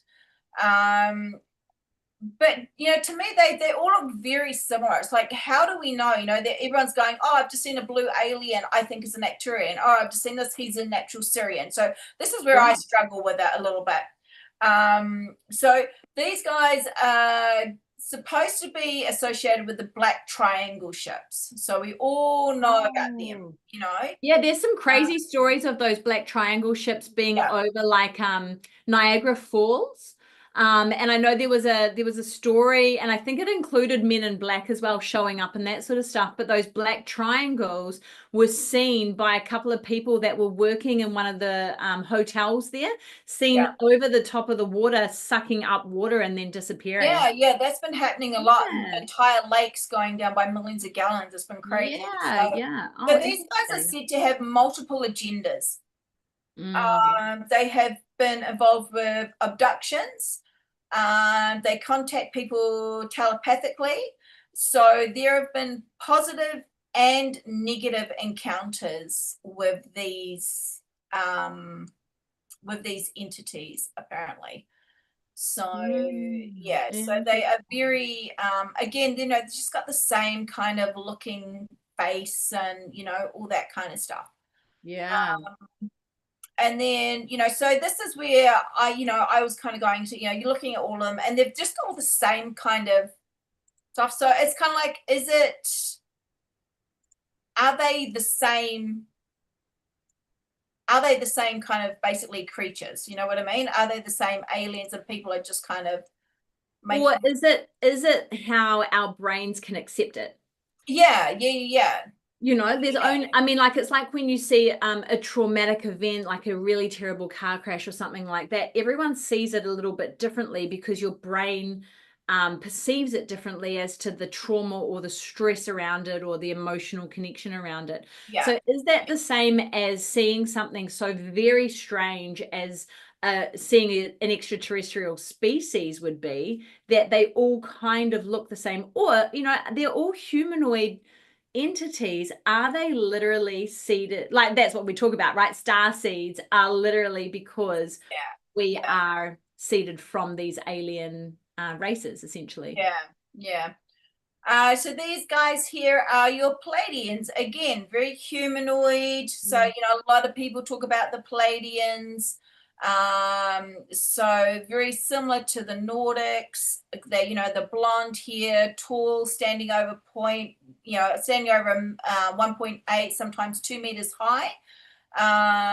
Robust, blonde hair, physical beauty. And I mean, this is the thing that I kind of get. It's like they're all very beautiful, which is really, I'm just kind of like, Is that the Disney version?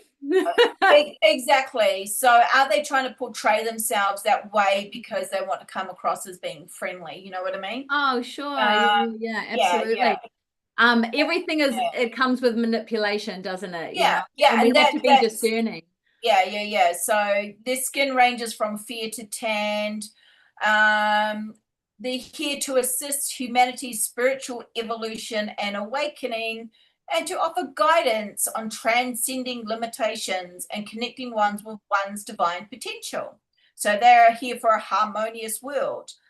And a lot of mediation, a lot of people connect with them telepathically and this kind of stuff. but they have also been seen in some of the most horrific abduction cases. And where, you know, people have basically been torn open and cut open and had the most horrific experiments done on them by the Greys or the Insectoids. And these guys are supposedly standing there watching the whole thing happen. Yes. Yeah. So, you know, I've so heard that is very, you know, to me, that is, yeah, that's kind of like, you know, if they're here for the good of mankind, they sure as hell wouldn't be doing that. Well, and this is it, right? So the Galactic Federation and then the Confederation of Planets, the Confederation of Planets refuses to get involved. Yeah. They only enlighten everyone so that this stuff doesn't happen anymore.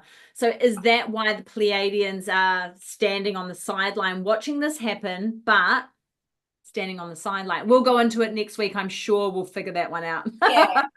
So now this is a Nordic. So he looks, to me, he looks just like basically the Pleiadians.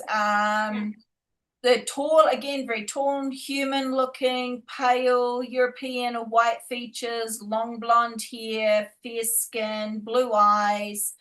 Again, seen as magical beings who want to observe and communicate with humans. Yeah.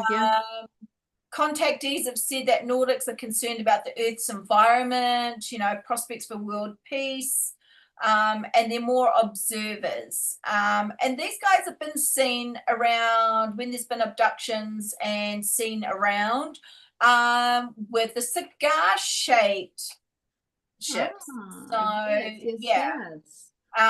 So in the context of ufology and alien lore, Pleiadians and Nordics are considered either to be the same or very, very closely related. Yes. So, you know, and they come from the Pleiades star cluster, you know. So, you know, so between the Pleiadians, the Nordics, the Arcturians, the Blue Sirians, I kind of wonder if they're all kind of pretty much the same. You know, that's my view. It's just like, you know, they're all like these very beautiful looking, you know, humanoid, you know, looking aliens. And very blue and luminescent, right? Have we all seen the movie Avatar? Yeah, exactly. So, you know, the Blue Sirian ones are a little bit different because they've almost got the more alien-like features, you know, with the triangle, the big almond eyes and stuff like that, but they are still very humanoid looking. Does this not feed into the ancient civilizations theory of Lemuria and Atlantis? Exactly. Like, to my feelings, like, you know, because we look into like Lemuria and Atlantis and you know, some of the other single lost lands, and they very much fit that kind of description, that thing of what they're doing is, you know, especially, definitely, especially the Blue Sirian, because, you know, the Lemurian people were seen as being like these higher beings. They weren't really human. They had, you know, they were here for the protection and all this kind of stuff, and then enlightenment, you know, all this kind of stuff. Whereas the Atlanteans were the more technologically advanced, had a little bit of a darker side to them. Warmongers. They were all about war and control. You know, maybe a little bit more like the Arcturians or whoever they are. You know, because again, they were very technologically advanced. Again, also super intelligent, very spiritually advanced. But they, you know, they were a little bit more on that power struggle. Yeah.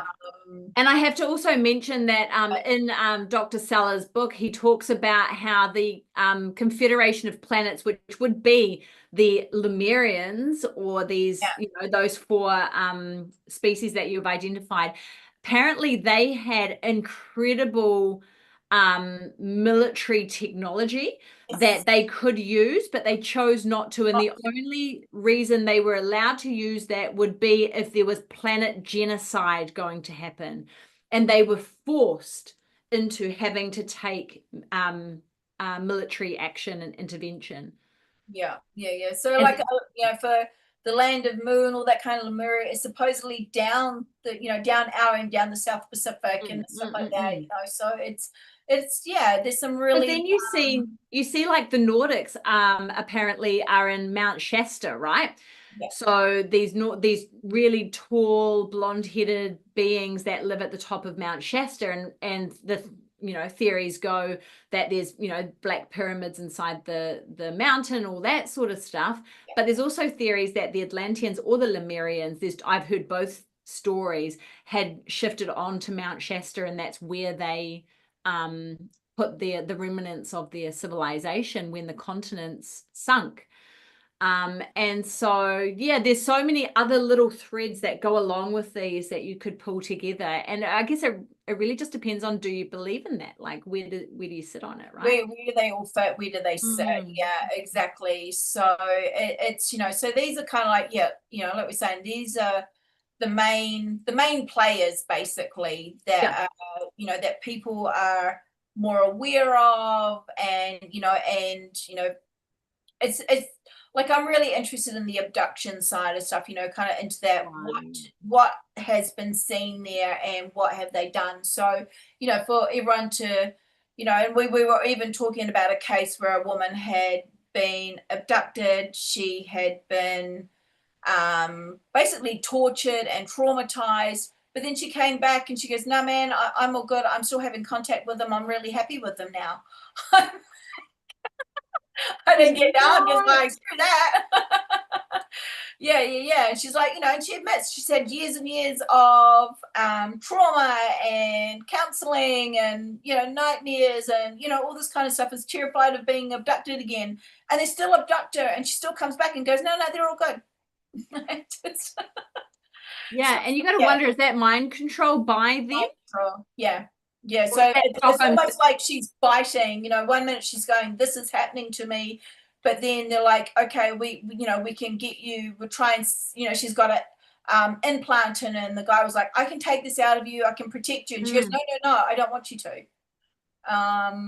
Yeah, it's very odd. Yeah, and that was what we first started this conversation with, right? It's like that Stockholm syndrome where you fall in love with your kidnapper, or whatever, or you're in a violent relationship and you just simply can't leave because you need that person to be a part of your life. And yeah, the psychology around today, your brain's an amazing computer, and we attach different programming to different things. That's so interesting. Oh gosh, tell me about the draconians. No, we're not onto them yet. Here we go. Mr.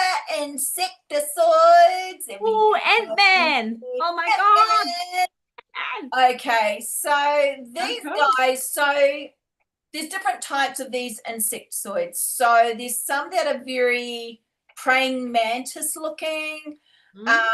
Some of them are kind of like beetle or ant-like. Very, very just like crazy. I mean, imagine being kidnapped and abducted and finding one of these standing over you. That would be absolutely terrifying. in itself. Is that why we have issues with insects? A lot of humans have major issues with cockroaches and insects as a whole. Is that why? Yeah, it could be. I mean, these things have just got an absolutely they've just got like, I'll show you a couple of these other. Oh my God. And there's rock art of these ant people, right? So when we did Skinwalker Ranch a few weeks ago, we talked about Skinwalker Ridge, which is the ridge that runs up the top from the Pueblo Indians that were up there. And they created a whole heap of petroglyphs and rock art. And one of those pieces of rock art was little ant guys. They called them termite guys because they lived in the ground. Yeah. So can you see this guy? Oh, Lordy. Yeah, pretty mean looking. So these are involved in a lot of abductions, very, very traumatic encounters with a lot of torture involved. So these, these ones are definitely at, the threat level that they would be up there as a, out of 10, they'd be up there as a 9, definitely. Oh my God, yes. They typically have humanoid bodies, 2 arms, 2 legs. Some also have 4 legs. They have insect-like features, antennae, multiple limbs sometimes. and exoskeletons. So they're pretty horrific looking. So some of them, yeah, so these are definitely kind of up there for the nasty ones. He's a bad guy. These are definitely the bad guys of the overworld of, you know, the aliens. These are ones you don't want to get kidnapped by. Definitely probing going on with that guy. So they have said to the communication is telepathic, sometimes with clicks, as we know, like some animal, you know, bugs and stuff do that as well. They are frequently depicted as overseers or leaders of abduction scenarios, and especially they work with the Greys, and we all know who the little Greys are.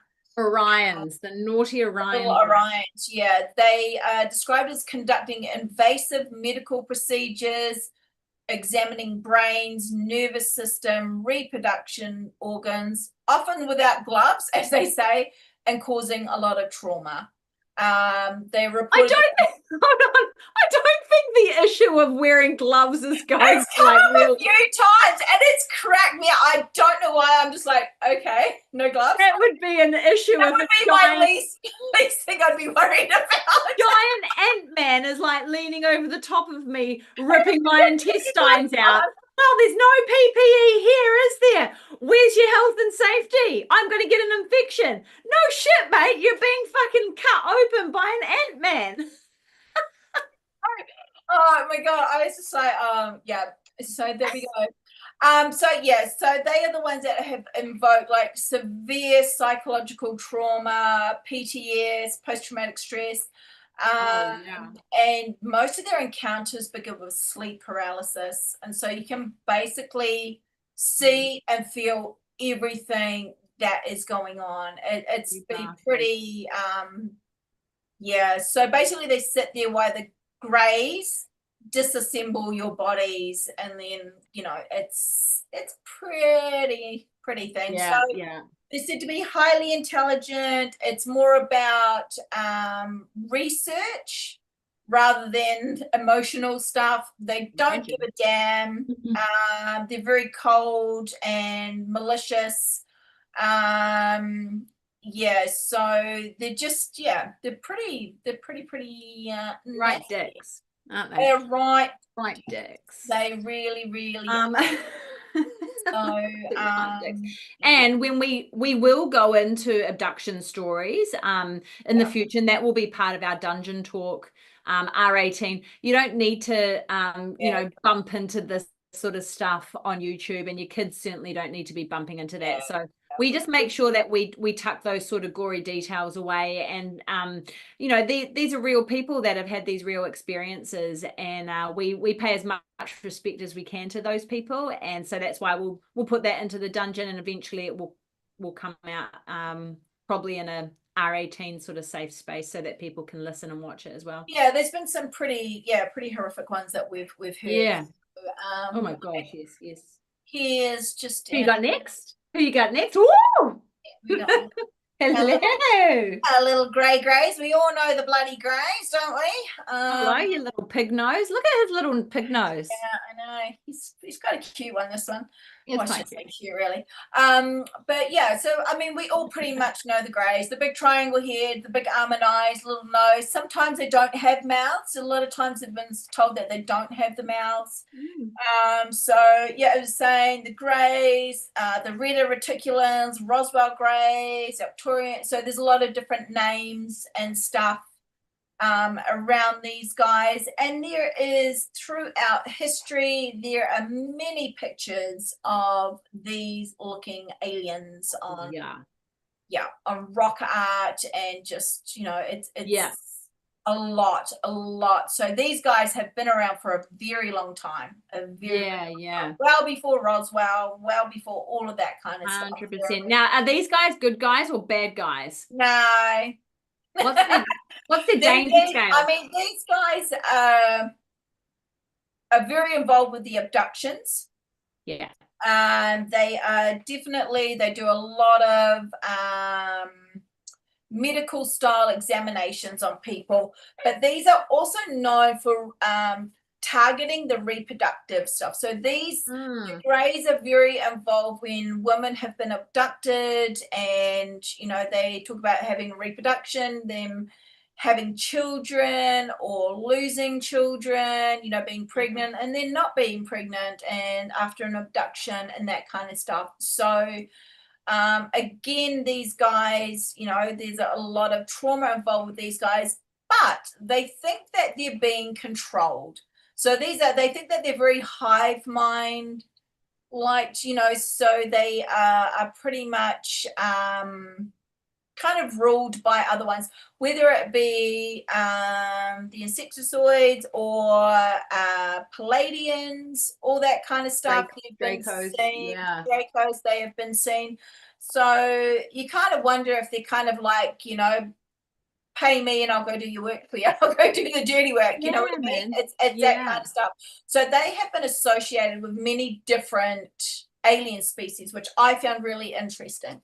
There's not many that they kind of interact when there's been abductions or, where people have had encounters. It's generally been one type of alien, whereas these guys have literally been seen with, like we're saying, the Nordics, the Palladians, the Insectoids, I can't even do that properly right now, reptilians, like a lot of them, they have been involved. They're basically like minions. They are like little minions coming and doing medical and genetic experiments. So hybridization, so all the hybrid stuff, a lot of it goes back to these guys. Interesting. Hey, have you heard of Starlight Ranch? Yes. You've heard of the story of Starlight Ranch? These guys in here, aren't they? The farmer and his wife are on there, and basically there's stories of these guys like levitating his wife when she was sleeping in bed and slowly walking her out to the spaceship, and he came through with a bloody AK-47 or whatever and blew them all away. And he's and then he's got video footage and all sorts of stuff of these little guys kind of coming in and out of his sitting room and showing up and stuff. And as far as I know, it was very much dominated by these small greys, by these, do we call them the Orions? Are they what they are? Yeah, who knows? I don't. I mean, I just refer to them as the little greys. And most people know them as the greys. These little. Because there's two different versions of greys, those, right? There's the tall greys, which aren't the bad guys, but those little guys are like kind of these cloned robotic. Some people are suggesting that they're animatronic, even like kind of biological machinery that don't have sentient necessarily, but they're being controlled by the hive mind sort of. Yeah. So again, these guys are tied to like sleep paralysis, basically they could just immobilize people and, like you're saying, just flip them on out. They've known to be showing basically for women who have been abducted several times, basically going, hey, here's your kids, and showing them their own children, these hybrid children, that's been really interesting. And one thing that I wasn't really aware of, and I'd like to go further into it, they said that they were soul harvesting, which something I'd never heard of before. Taking that energy and taking, so I was like, oh, that's a little bit on the so I've heard that, and in fact I think Michael Seller talks about it in his book that we mentioned earlier. He talks about the draconians and the Orion greys, which I think he's referring to these small greys, are they feed on your energy, and that's what he was told, or that's what he picked up by one of these channeling entities that was giving information to one of the eyewitness accounts that he has kind of talked to. They were talking about how they harvest your energy, they harvest your fear and the chaos and adrenochrome, and a bit like the sanguine vampires as well. And vampires, tell us about that really quickly. Sanguine vampires, the other ones that basically in modern day vampires, which we will be going into, there are like different different types within that thing, and one of them is like basically there's these vampires that will actually take your energy. So that's a really cool connection there, which is an just energy vampire. Energy vampire, yeah. But we talk about them all the time, like just like not even in the conspiracy realms or the supernatural realms. We talk about people that connect to you, that suck your energy, right? They just suck it all out. And we you walk into a room and you instantly feel like ick. You're like, no. Yeah. Ooh. So, so as we're saying, these guys are under the control of the tall whites, the tall greys. So just basically the trauma symptoms, memory loss, anxiety, identity disturbance. Some of them have, some people have suffered long-term physical injury, that kind of stuff. They do implants. But they tend to go back, don't they? They tend to go back to the same people. I think they're generational, aren't they? We talk about generational abductees and that sort of stuff, and it's definitely something to do. Yeah, and so one of the most notable cases of who got basically abducted was Betty and Barney Hill. So they were taken by the Greys. So that was in 1961. So basically, for most people who are kind of in the UFO kind of world, kind of know about Betty and Barney. They said that they described medical style probing using needles into her abdomen, like big needles. They had physical marks, clothing damage, missing time. And that's a big thing with the Greys and stuff. There's a lot of missing time associated with these little beasties. That's interesting. So where do they fit in? Where do they fit in? I mean, are they part of the Galactic Federation, where the Galactic Federation is in turn allowing them to do this? And that's what we're going to talk about next week, right? Where does it fit in? What are they allowed to do? And like we talk about, like, from a biblical perspective, we talk about how these dark entities, not extraterrestrials necessarily, but demonic entities, have rules that they have to abide by when they're on Earth, right? That was set out from the fallen angels and this sort of stuff. And that's why when abductees or potential abductees say, in the name of Jesus Christ, I rebuke you, or you have to leave in the name of Jesus Christ or whatever, they're forced to leave. Numerous potential abductions are thwarted by saying that, or by thinking that over and over again. It stops sleep paralysis. And so is there a connection there between what these supernatural entities are allowed to do on Earth and then the government kind of connections on top of that? Like, does that supernatural spiritual thing stop that? Like, does it override it? That's part of what we talk about, how everything is the cosmic connection. Everything is connected, whether it be UFO, paranormal, spirituality, the whole lot is, it's all intertwined, right? Yeah. So because just because it's the US government, or just because it's the Chinese government, or whatever, they're governing humanity, it doesn't mean that there's not some other overruling rule or rule book, right, that sits on top of that. Because they're putting people back, most of them are putting people back, but we'll see if that actually continues. So now let's talk about our favorite little reptilians. Well, they're not our favorite, really. No, they're not. They're absolute dicks. But we do joke that I get a little bit reptilian sometimes, because I don't deal with stupid very well. So we all get that there. That could also be our age, though. So these are, as everyone knows, and we've done a couple of shows about the reptilians. These are like the power players. These are the ones that are said to be taking over the government, that are basically the billionaires of the world are all reptilians. They're taking over Hollywood, and they're the Galactic Federation's worst nightmare, basically. Yes, 100%. They're here to enslave humanity. They are considered hostile and direct opposition of what the Galactic Federation is doing. And so it's very, like, the whole reptilian stuff is just insane. There's so much footage of people changing, eyes flickering, their faces blurring. It's yeah, so it's all about it's about mind control, resource harvesting, infiltrating political stuff, military, your corporate systems, and to manipulate everything from within. They're said to have struck deals with the government in exchange for tech and influence. Yeah, they're playing the long game, these guys. They're not interested in peace treaties at all. Unless they benefit, they don't think. So they're basically called the cosmic warlords. You know? What a name. Can I rename myself? Cosmic warlord. Yeah.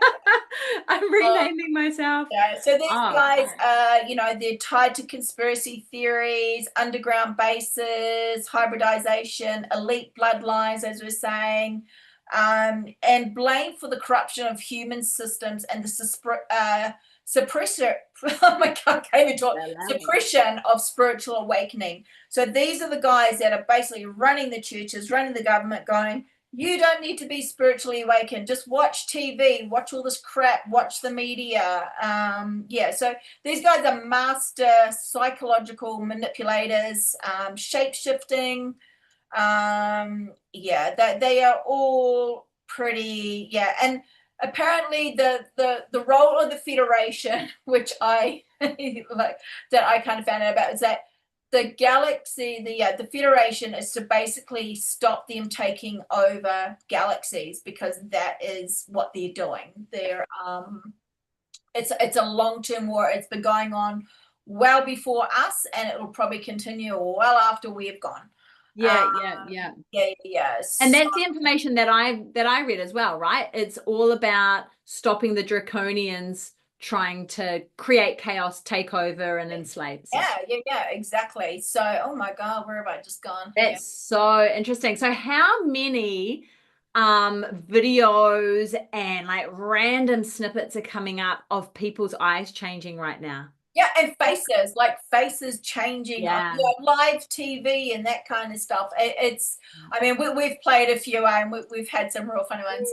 And in fact, you should definitely go back to our last episode, the episode before, where we spoke to Joe from the Ancient Enigma Files, and we talked about reptilians. And actually, that was 3 episodes ago. We talked about reptilians in Hollywood.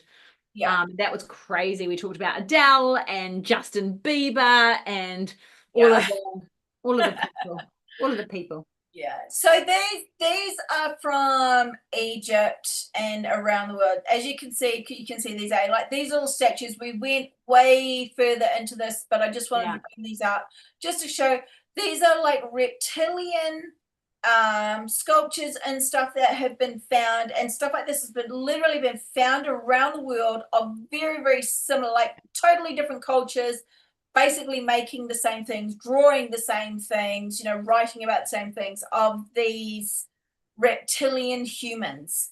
It's down in the South Pacific as well. It's not just the North, it's down the South Pacific as well. We have all of these like creatures here. So it's so these were found in Iraq from the Ubad civilization, and they reckon they might be 7,000 years old, but obviously you can't date rock, right? We know this. You can't date rock art, you can't date rock, but these are said to have been around that sort of Mesopotamia civilization in modern day Iraq, which I find really interesting, because if you go through the south, through the UAE, United Arab Emirates, and then down through Africa and off to Egypt, where you're talking about before, there's so many different depictions and stories of reptilian sky people, or reptilian gods, or reptilian demons. And it's not just reptilians, as we'll go on into the Lyrans. It's like all these half human, half animals. It's like it's been there for a long. Is that part of what Egyptian kind of culture went through? Because they have so many gods that are half this and half that, half this and half that. Look at the Minotaur through Greece, and so many different places that have these hybridization kind of gods, or like all we have to do is look at like India and look at Shiva, you know. Yeah. So yeah, it's crazy, right? You kind of think to yourself, you start putting all these little threads together when you go, oh, actually. Yeah. Oh, they've been here for a while. Actually. So this next picture, I just had to share it. This is my funny. This is Dr. Stephen Greer. And we all know, you know, he's very big in the UFO world, basically blowing the whistle and making people aware of the C5 and all that kind of stuff. You can contact the aliens yourself, but this was just the Disclosure Project. Yeah. Oh, wow. This. Woo! Oh my goodness. Wow. You don't have to reach very far for that comparison, do you? Oh, doctor. Oh, yeah. So somebody put that up. I didn't do this. This is like, I found this online. I gotta tell you though, like Dr. Greer is pretty jacked. Like I'm a personal trainer in a gym and he's pretty jacked. Like all you got to do is like look at his sternocleidoid mastoids, which are these giant muscles through here. Like he's a gym goer, eh? And he could be reptilian. Probably to run away from all those men in black, I would say.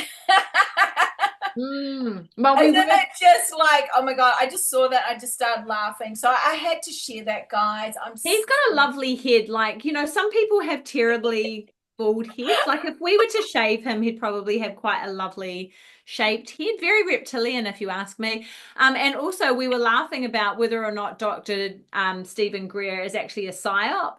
And whether or not he's a plant by the government or whoever to throw us off the track. What do you think, Jules? I don't know. I am just going to try and down. I don't know. She doesn't even care. She doesn't care. Yeah. I think in my mind, I really like Dr. Stephen Greer. I like the idea of CE5 and being able to contact UFOs because that's what I can do, right? You don't have to do CE5 though. Like I literally walk out onto my balcony and I'm like, oh, you guys are up here. Cool. Show me something cool so I know where you are. And then they flash their lights at me. And that's how I know where they are. And then like I remember last Christmas, my brother was with me up here for Christmas Eve. It was a beautiful night. And you got to understand, like in my house, we live in the country and there's no light pollution, right? So we have the Milky Way running straight above our house. It is one of the dark zones in the world, actually, in the Wairarapa, because there's just no light pollution and it's phenomenal. You can see everything, including anything moving in the sky, right? Miss it. And yeah, I know, right? And my poor brother, he's amazing and he does research for us on occasion, and he has autism, and so he's very focused on what he needs to be focused in on. And that night we were jumping on the trampoline, which we call the UFO because it's 5 meters by 5 meters, possibly a little large for some people. Perfect for him. I bought the biggest trampoline I could find. Anyway, we were jumping on this trampoline and I was like, oh, hey, his name's Moo. Hey, Moo, look, the lights are flashing. They're saying hi, wave to the aliens. And he was like, nope. That's just an airplane, Lisa. It's an airplane. And I was like, oh, it's not.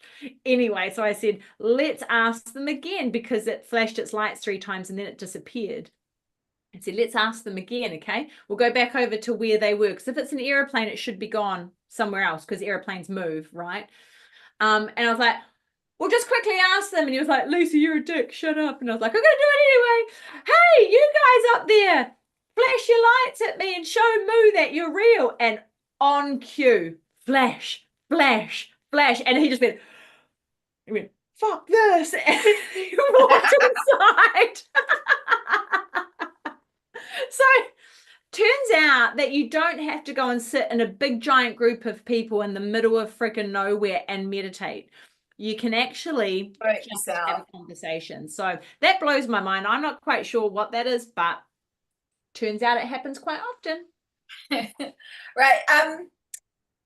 I am going to put on a video. I'm hoping it's going to work. So I probably should have put this on when we're talking about channelers. So this is a channeler that apparently channels the Great Council of Light. And I hope this will play. Okay.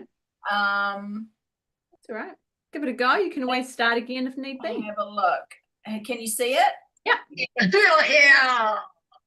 Well, here we are, very happy to be here, yes, indeed. Oh, yes, well, yeah. Yes, we do have a message for you and your community and the world. There will be a shift that will happen on your planet. The frequencies of your world will shift dynamically. We implore you now, understand.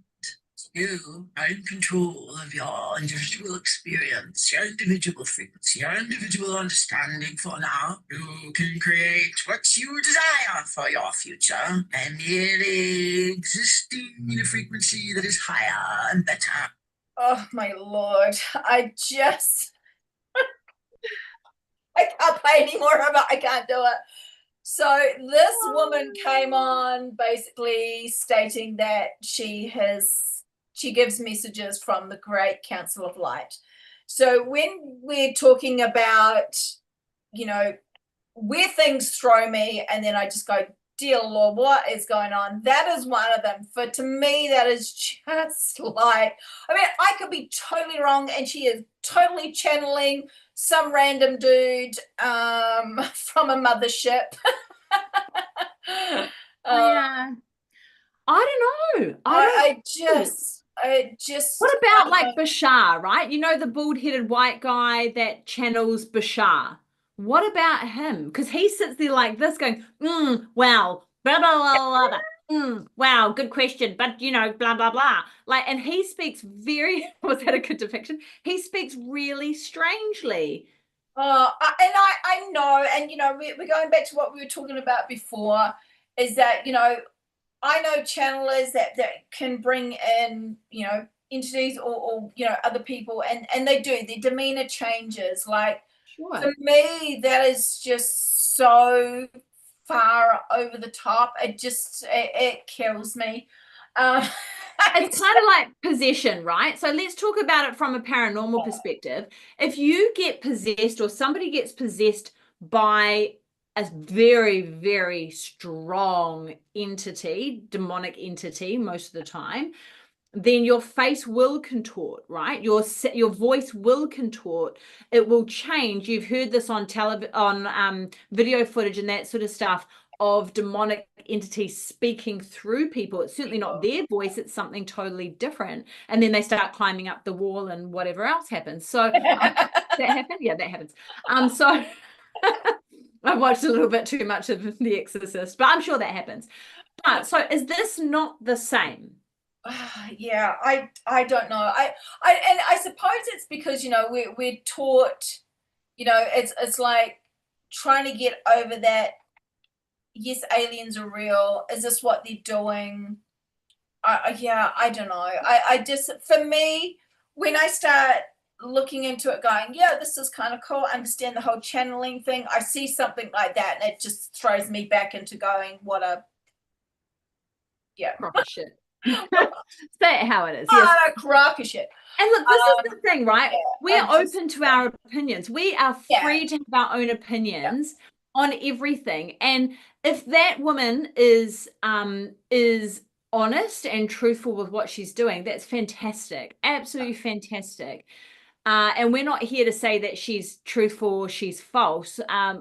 We're not here to say that at all, because at the end of the day, we're just here to deliver information and our opinion on what we think. And it comes from our own experiences, especially, you know, like I understand where Juliet's coming from in your understanding and your experience of dealing with mediums, right? You have dealt with so many mediums, tarot card readers, clairvoyants, all of the above, and you can pick bullshit pretty quick.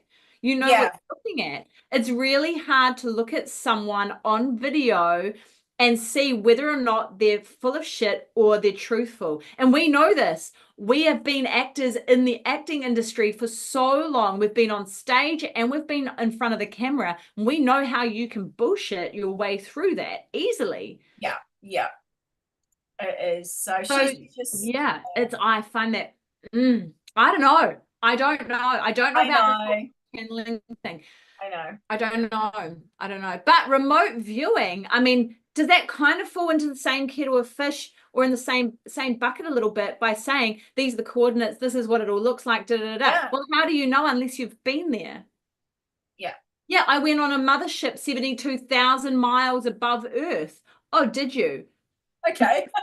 Yeah, I know. It's all that. You know what? Yeah. It's a really, really difficult Yeah. landscape to navigate. I mean, this whole thing is not even just those little portions of it. The whole bloody thing is like mind bending. Right. So I'm getting out. My dog is annoying me to go out at the moment. She can just wait. My chihuahua. You have to wait. So now I've come on to the last one. And the reason I put these ones last is because these are, so we're talking about the Lyrans. And these are very hard for me to basically accept. I read a lot of supernatural books and I was like, huh? But when I found out about the Lyrans, I just thought it was all a game and stuff. But these Lyrans are said to originate from the Vega system, blah, blah, blah. The Lyra constellation. But don't you blah, blah, blah that. There are people out there that have had full-on encounters with Lyra. I know. Including Jonathan and Jacob from the Cult of Conspiracy who we're about to work with. So don't you blah, blah, blah that. So these are considered to be from the earliest human races. Now, this is where, this is where it kind of gets deeper, where people are talking about these, they talk about hybrids and stuff like that. But they're saying that, every human basically comes from one line or something. So I was from the Lyra because I thought it was funny. But the Lyrans are said to be some of the very, very first humans. From that kind of thing. So hang on, let me just bring up a picture. Wow. I am one of the first humans. Wow. One of the very first humans. I would think that cats, in fact, come from reptilians because they're absolute dicks. I know, and they got slinky eyes. They do have slinky eyes. Slinky They have the slinky eyes. They do not have tiger eyes. And we were talking about that a while ago, like our residential pussycats have the slit eyes more like reptiles than tiger. Yeah. So there we go. So there's your Lyran. I do have some other pictures. So this is basically kind of what they said. This they're considered amongst the earliest humanoid races. They allegedly seeded other star systems like Sirius, the Pleiades, and Andromeda with their DNA. Okay, so now this kind of information goes right back into Egyptian times and stuff like that. So they're depicted in diverse forms: feline, avian, all of them very nearly human, but with various skin tones like blue, gold, pink, pale, the pronounced eyes.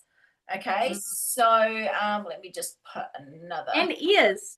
Does that make them Lyrans if they've got ears? Obviously feline. Yeah. So, I mean, it's, there's some pretty crazy pictures and stuff out there. So I'll just put up some pictures for you. I've heard a couple of really strange stories about these, the species, and really, especially like the female ones, really, really odd. Yeah, so I've got some kind of links to definitely like Egypt and stuff. So the female Lyrans are said to be tall, golden-furred, cat-faced humanoid, claimed to possess really strong telepathic and psychic abilities. So that's the real feline-looking ones. The humanoid ones are Nordic style, large eyes, slender build, skin tinted by stellar radiation. Again, known for being very ancient, spiritually advanced, rulers of the very early galactic civilization, and become very warrior-like if facing threats. So they're said to be very, very strong, basically, together. So they said that a lot of them go back, have really influenced like Egypt and stuff like that. And as we know, I can understand that because Egypt has so many versions of cat gods. Yeah. So, you know, so you've got like Bastet here, okay? So there's all there's different. So she's most commonly depicted with a woman with a cat's head. Okay, so she's like one of the best kind of known feline human hybrids. There are ones where she was lion-headed, but over time she's evolved into a cat-headed woman. So she's, yeah, you know, it's very kind of very, very interesting. I've lost you, Lisa. Oh, there you go. All right, let me just I'm here. bring up these other ones. Oh, I like this. I wouldn't mind being from the Lyran constellation and from that species line. I think that would be pretty cool. Yeah. So again, this here is Sekhmet. So she is the woman with the lioness head. So again, she's like the classic hybrid. She wears the solar disc, the cobra on her head. So they're very you know, all of these kind of cat-like figures have been seen right throughout Egypt. And so, you know, these are going back thousands of years. Sure. And, you know, the most kind of like the most common kind of deities, all of that kind of stuff. There are male ones as well. So let me just bring him up. You know, so this just makes me think. This just goes right back. Here we go. So you got him. Oh, wow. He's cool. Yeah. So this is Mahiz. So he's the male. So he's the man with the lion head. So he's the male version. Okay. So again, you know, he's seen as very protective, part of the kind of the marital symbolism being, you know, very protective over the people and stuff, and you know, great warriors. So these, so they're called of the god of war and storms, that his kind of saying is for him. Dude, what pushed the Egyptian people, and I've got a connection to that as well, what pushed the Egyptian people to believe so much in these hybrid gods or these hybrid beings that they created bucket loads, and I mean bucket loads of statues of them?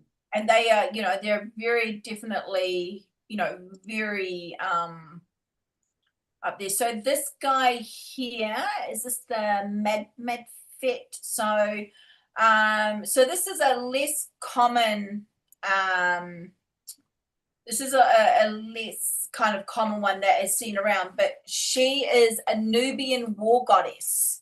Okay, so around the same area. So this is, you know, Nubia enough is like South Egypt, you know, across the water there. So this is so her head is either a head of a cheetah or a lynx. So this is it. So people just think, oh, they're all just lions or they're all just cats and stuff. They're not. They're very, very different, and you can see the difference between them.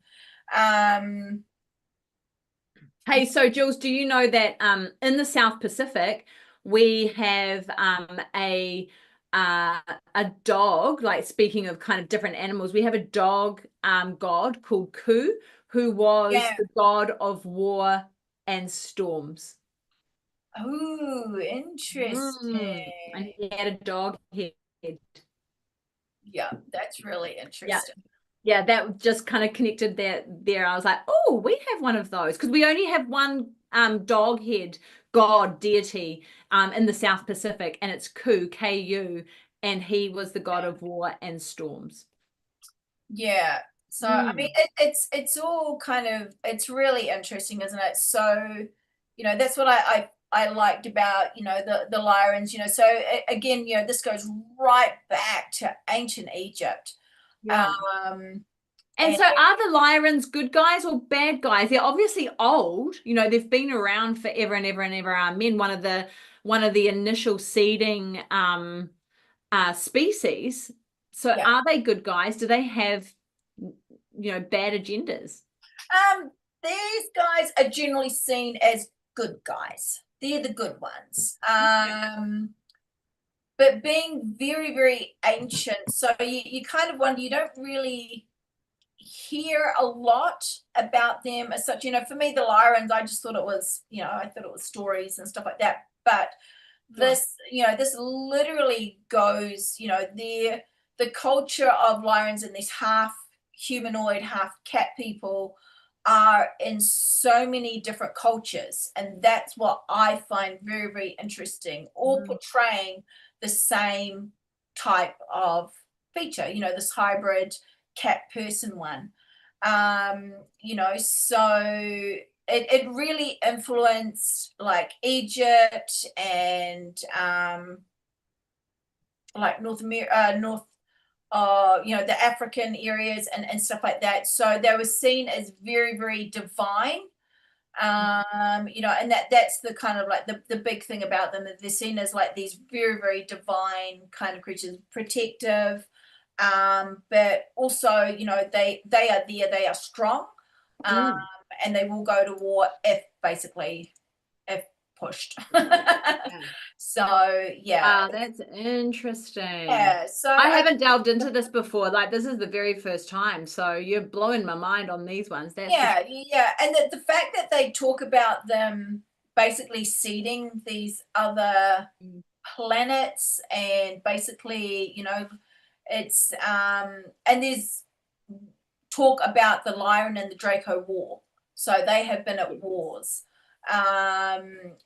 So it's really interesting. So like right into the Geno stuff and all that kind of stuff of, are they the original basically genetic masters? That's kind of. Oh, great question. Yeah. So I just, I kind of, I thought it was kind of really cool. I kind of really like them, but I'm still very on the fence. Okay, so with cat people walking around, as much as how cool that would be. Okay, so where are you sitting now? Okay, so we've delivered a bucket load of information, right? You've heard it from lots of different sides. There's a few other players now involved. Yep. Is the Galactic Federation and the Confederation of Planets and the Intergalactic Confederation and the Council of Nine, all of these other things, is this something that you think is happening? Are they a part? What is happening?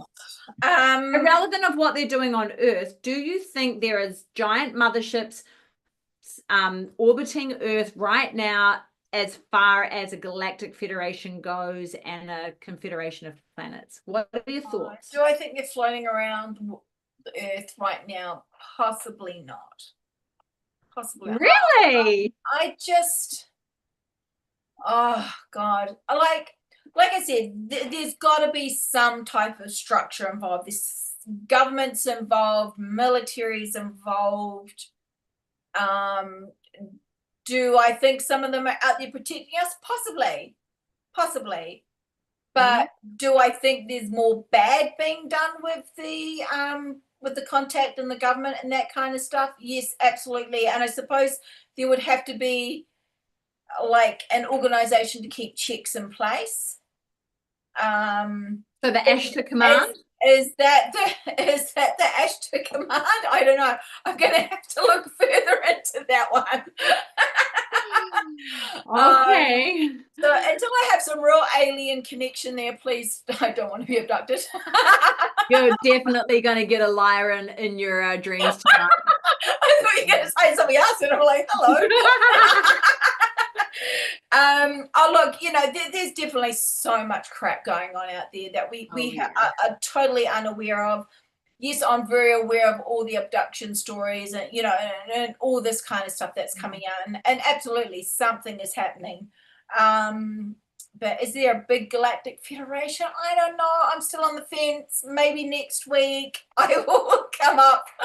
Maybe you just need President Trump to get Space Force up and running, and then you'll be like, yes, I now know what's happening. What about you? What's your views on the Galactic Federation? I think that's an easy answer. Yeah. I don't know. Should we go for the easy, convenient answer that yes, there's a Galactic Federation, and then there's this spiritual group of councils, and then there's all of this sort of stuff going on, and we're just a little seed? Because wouldn't that just answer so many questions, and it would be so easy to understand? Yeah, it's And way beyond understanding. and in my brain, I'm like, no, it can't be that easy. But can it? Maybe we're making things too difficult, and we are actually enlightened enough to be able to absorb that information and say, oh, yeah, sure, there is a giant mothership floating around Jupiter. We are having meetings on Which Jupiter. is actually the moon, because that arrived here. That's a whole different story, because apparently the moon wasn't here. So maybe the moon is the mothership. Wow. I'm just throwing it out 2,000 miles above. I don't know. I think the more we research and look into this, the more we'll be able to form a better opinion. Like at the moment we're just kind of grasping at straws and kind of going, how do I fit into this, and where do I sit? And there's so, like I said, like there's so many different opinions and perspectives, and depending on what your background looks like and your experiences look like, you have a different opinion and different perspective on everything. And that's a beautiful thing, to be able to have these conversations with totally different perspectives. It's such a privilege being able to sit here and talk about this stuff and know that, number one, you're not going to be made fun of. Number two, you're not going to be ridiculed for your opinions. And number three, you can literally go down whatever rabbit hole you want and have a conversation with somebody. And take us with you, because that's what makes it fun. 100%. Yeah. And so, I guess we're both sitting on the fence. There is no definitive answer or decision from us, but man, so interesting. So interesting. Yeah, and for the fact that they're saying that there's thousands of different species, and there are books. Actually, I will just find. Hang on, I will bring this up. I have yet to read this book, but I am definitely going to get it. There we go. Ooh. So this guy here, he's done a lot of investigations and has talked to people, abductions, all that kind of stuff. Yeah. So this is his ultimate guide to greys, reptilians, hybrids, and the Nordics. So if anybody out there would like to read a book, I am not making any money whatsoever from this. I am just kind of putting it out there that this book 100%. Tickles my fancy and I would like to read it. That's awesome. And Craig, if you're watching, send us a copy. I'm sure he is. Campo Basso or something. Yep. So Campo Basso. Yeah. Send us a copy. Yeah. So that's really interesting. And there are definitely like a lot of different books out there which show dozens of different species and drawings and all that kind of stuff. Certain species are connected with certain ships, and and that's like through researchers going, hey, I was abducted, this is this. So, that's definitely stuff that would be really, really good to kind of go down and look further into. But sure. We'll probably do an episode on that, I imagine. We might pull out some encounters for like Pleiadian encounters and reptilian encounters and stuff like that. That would be quite interesting. People. Yeah, I mean, there's just so many. So, yeah. That's crazy. Hey, Jules, have you got anything that you want to leave everyone thinking about? Or is there something that you feel like you need to know? Okay. We are from the star people, and we are reptilian or Lyran or Arcturian. Who do you think you are and why? Put it down. I'm still on the fence. I say I'm not really Lyran, but I kind of feel like I've got a bit draconian in me. I do love my dragons, as you can see, and I kind of connect with them. And I have to show you because my grandkids made me. So while I'm researching, the grandkids come in and they're like, oh, what are you doing? They want to know. So this is Abigail's Insectoid. Oh my God. How old is Abigail? I know. She's 9. So she drew this. I'm like, you really should be looking at this stuff. That's horrendous. Yeah. And this was Elijah's one where aliens were kidnapping cats and dogs. Yeah, cool. How old is Eli? 7. I love amazing. that they get involved, and they just, they're always very nosy as to what I'm researching, and they want to be involved. So Yeah. Love seeing grandma or nanny on TV, on YouTube. yeah, they've picked up the channel. They're like watching stuff on YouTube, and I'm like, oh my God, guys, just don't watch this Don't watch that one. But I promised them I would show their pictures because they were so proud of their pictures, and they wanted Famous. Famous. Hey, next week we get to talk about the Galactic Federation and the alliances that they have with the governments of Earth. Bugger off. Sorry, people are trying to knock on my window. So next week we're talking about the Galactic Federation and the alliances that they have with the governments on Earth, all of the contracts, the goods, the bads, the dealings, the conspiracies, the theories that are wrapped up in it. And it's going to be a cracker, and you should definitely join us for that one. And I'm really, I feel very sad that I cannot drink wine this time of the morning because it is considered very wrong. But for our American friends, you can have a beer or wine. You're going to need it. For next week's 100%, you're going to need it. That was fantastic. Thank you so much, Jules. I always go away. That was fun. Mind-blowing. If you've got any comments, drop them in. If you've got any questions, you can find us over on Instagram, Facebook, TikTok. We're over there as well, and obviously on YouTube. And right now you can become a member of Cryptid Women's Society, cryptidwomensociety.com. Jump on there, become a truth seeker, and we will see y'all next time. We love you.